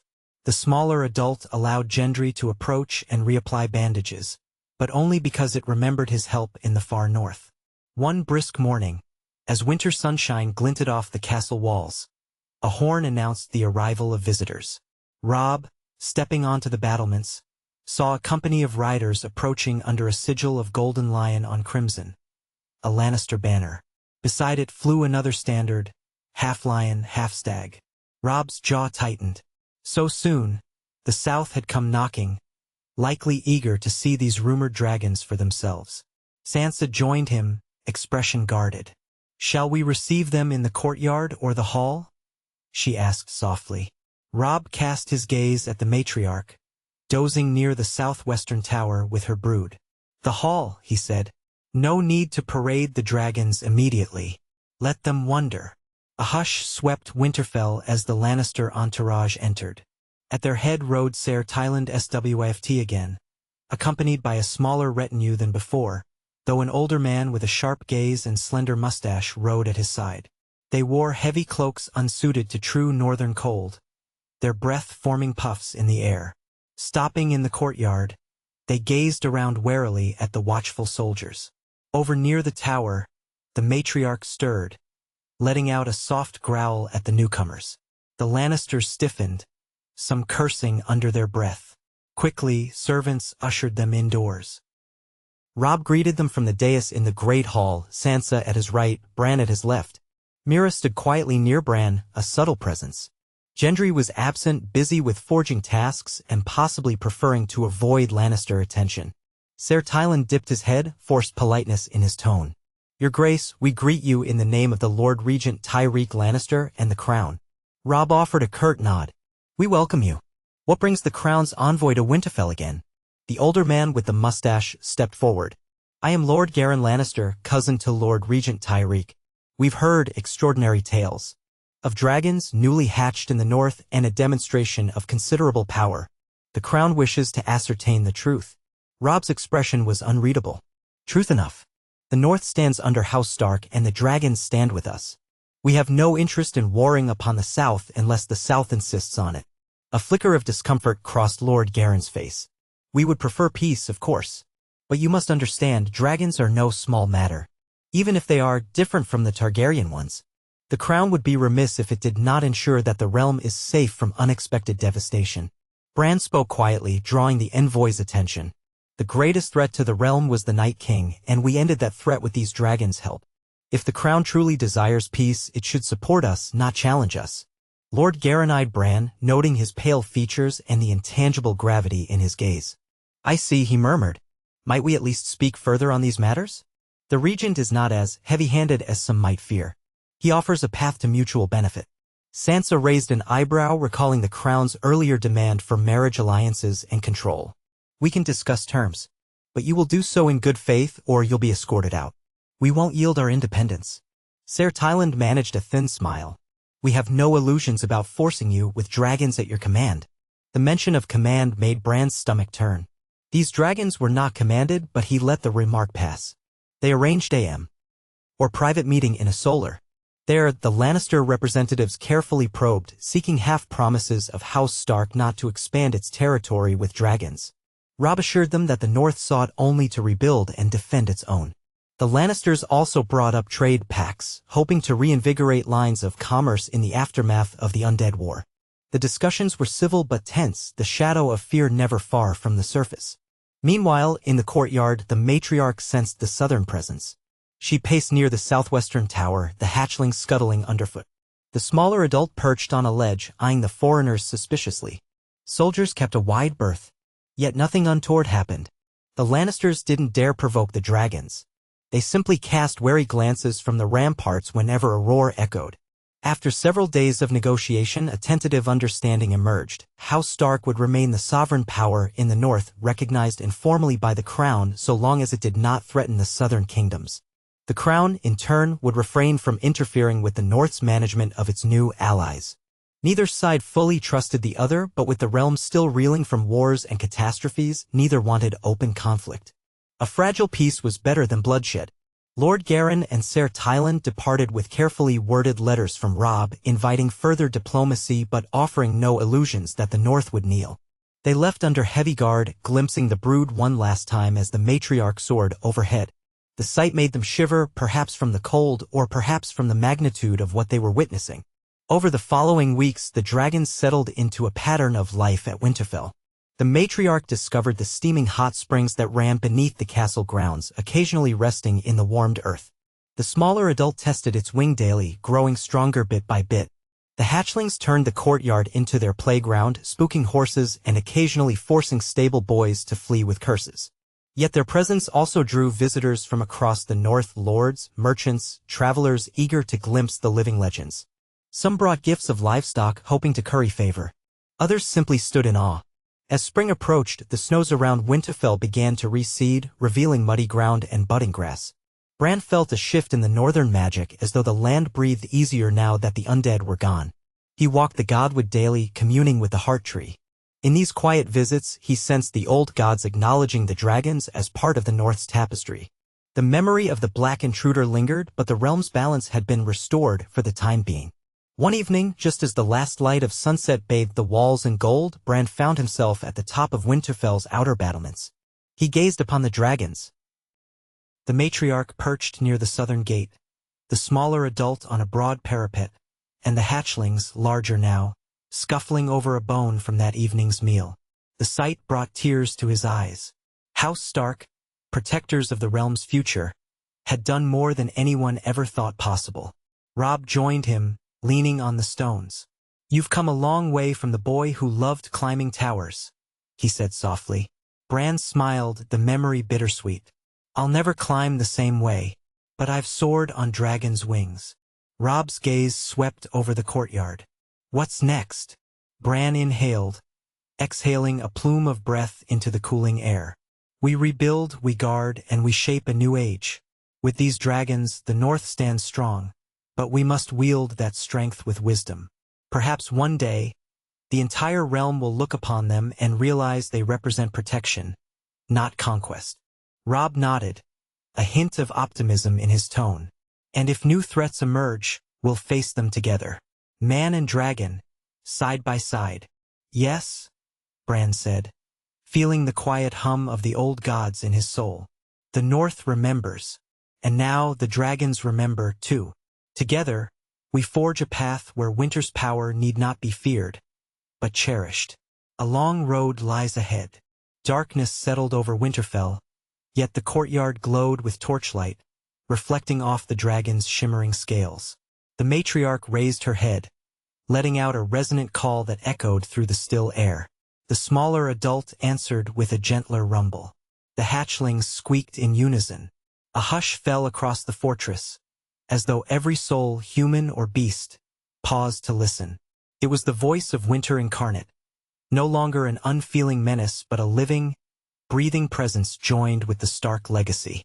In that moment, Bran closed his eyes, remembering the eggs hatching in the far north, the epic struggles they had endured, and the miracle of returning home.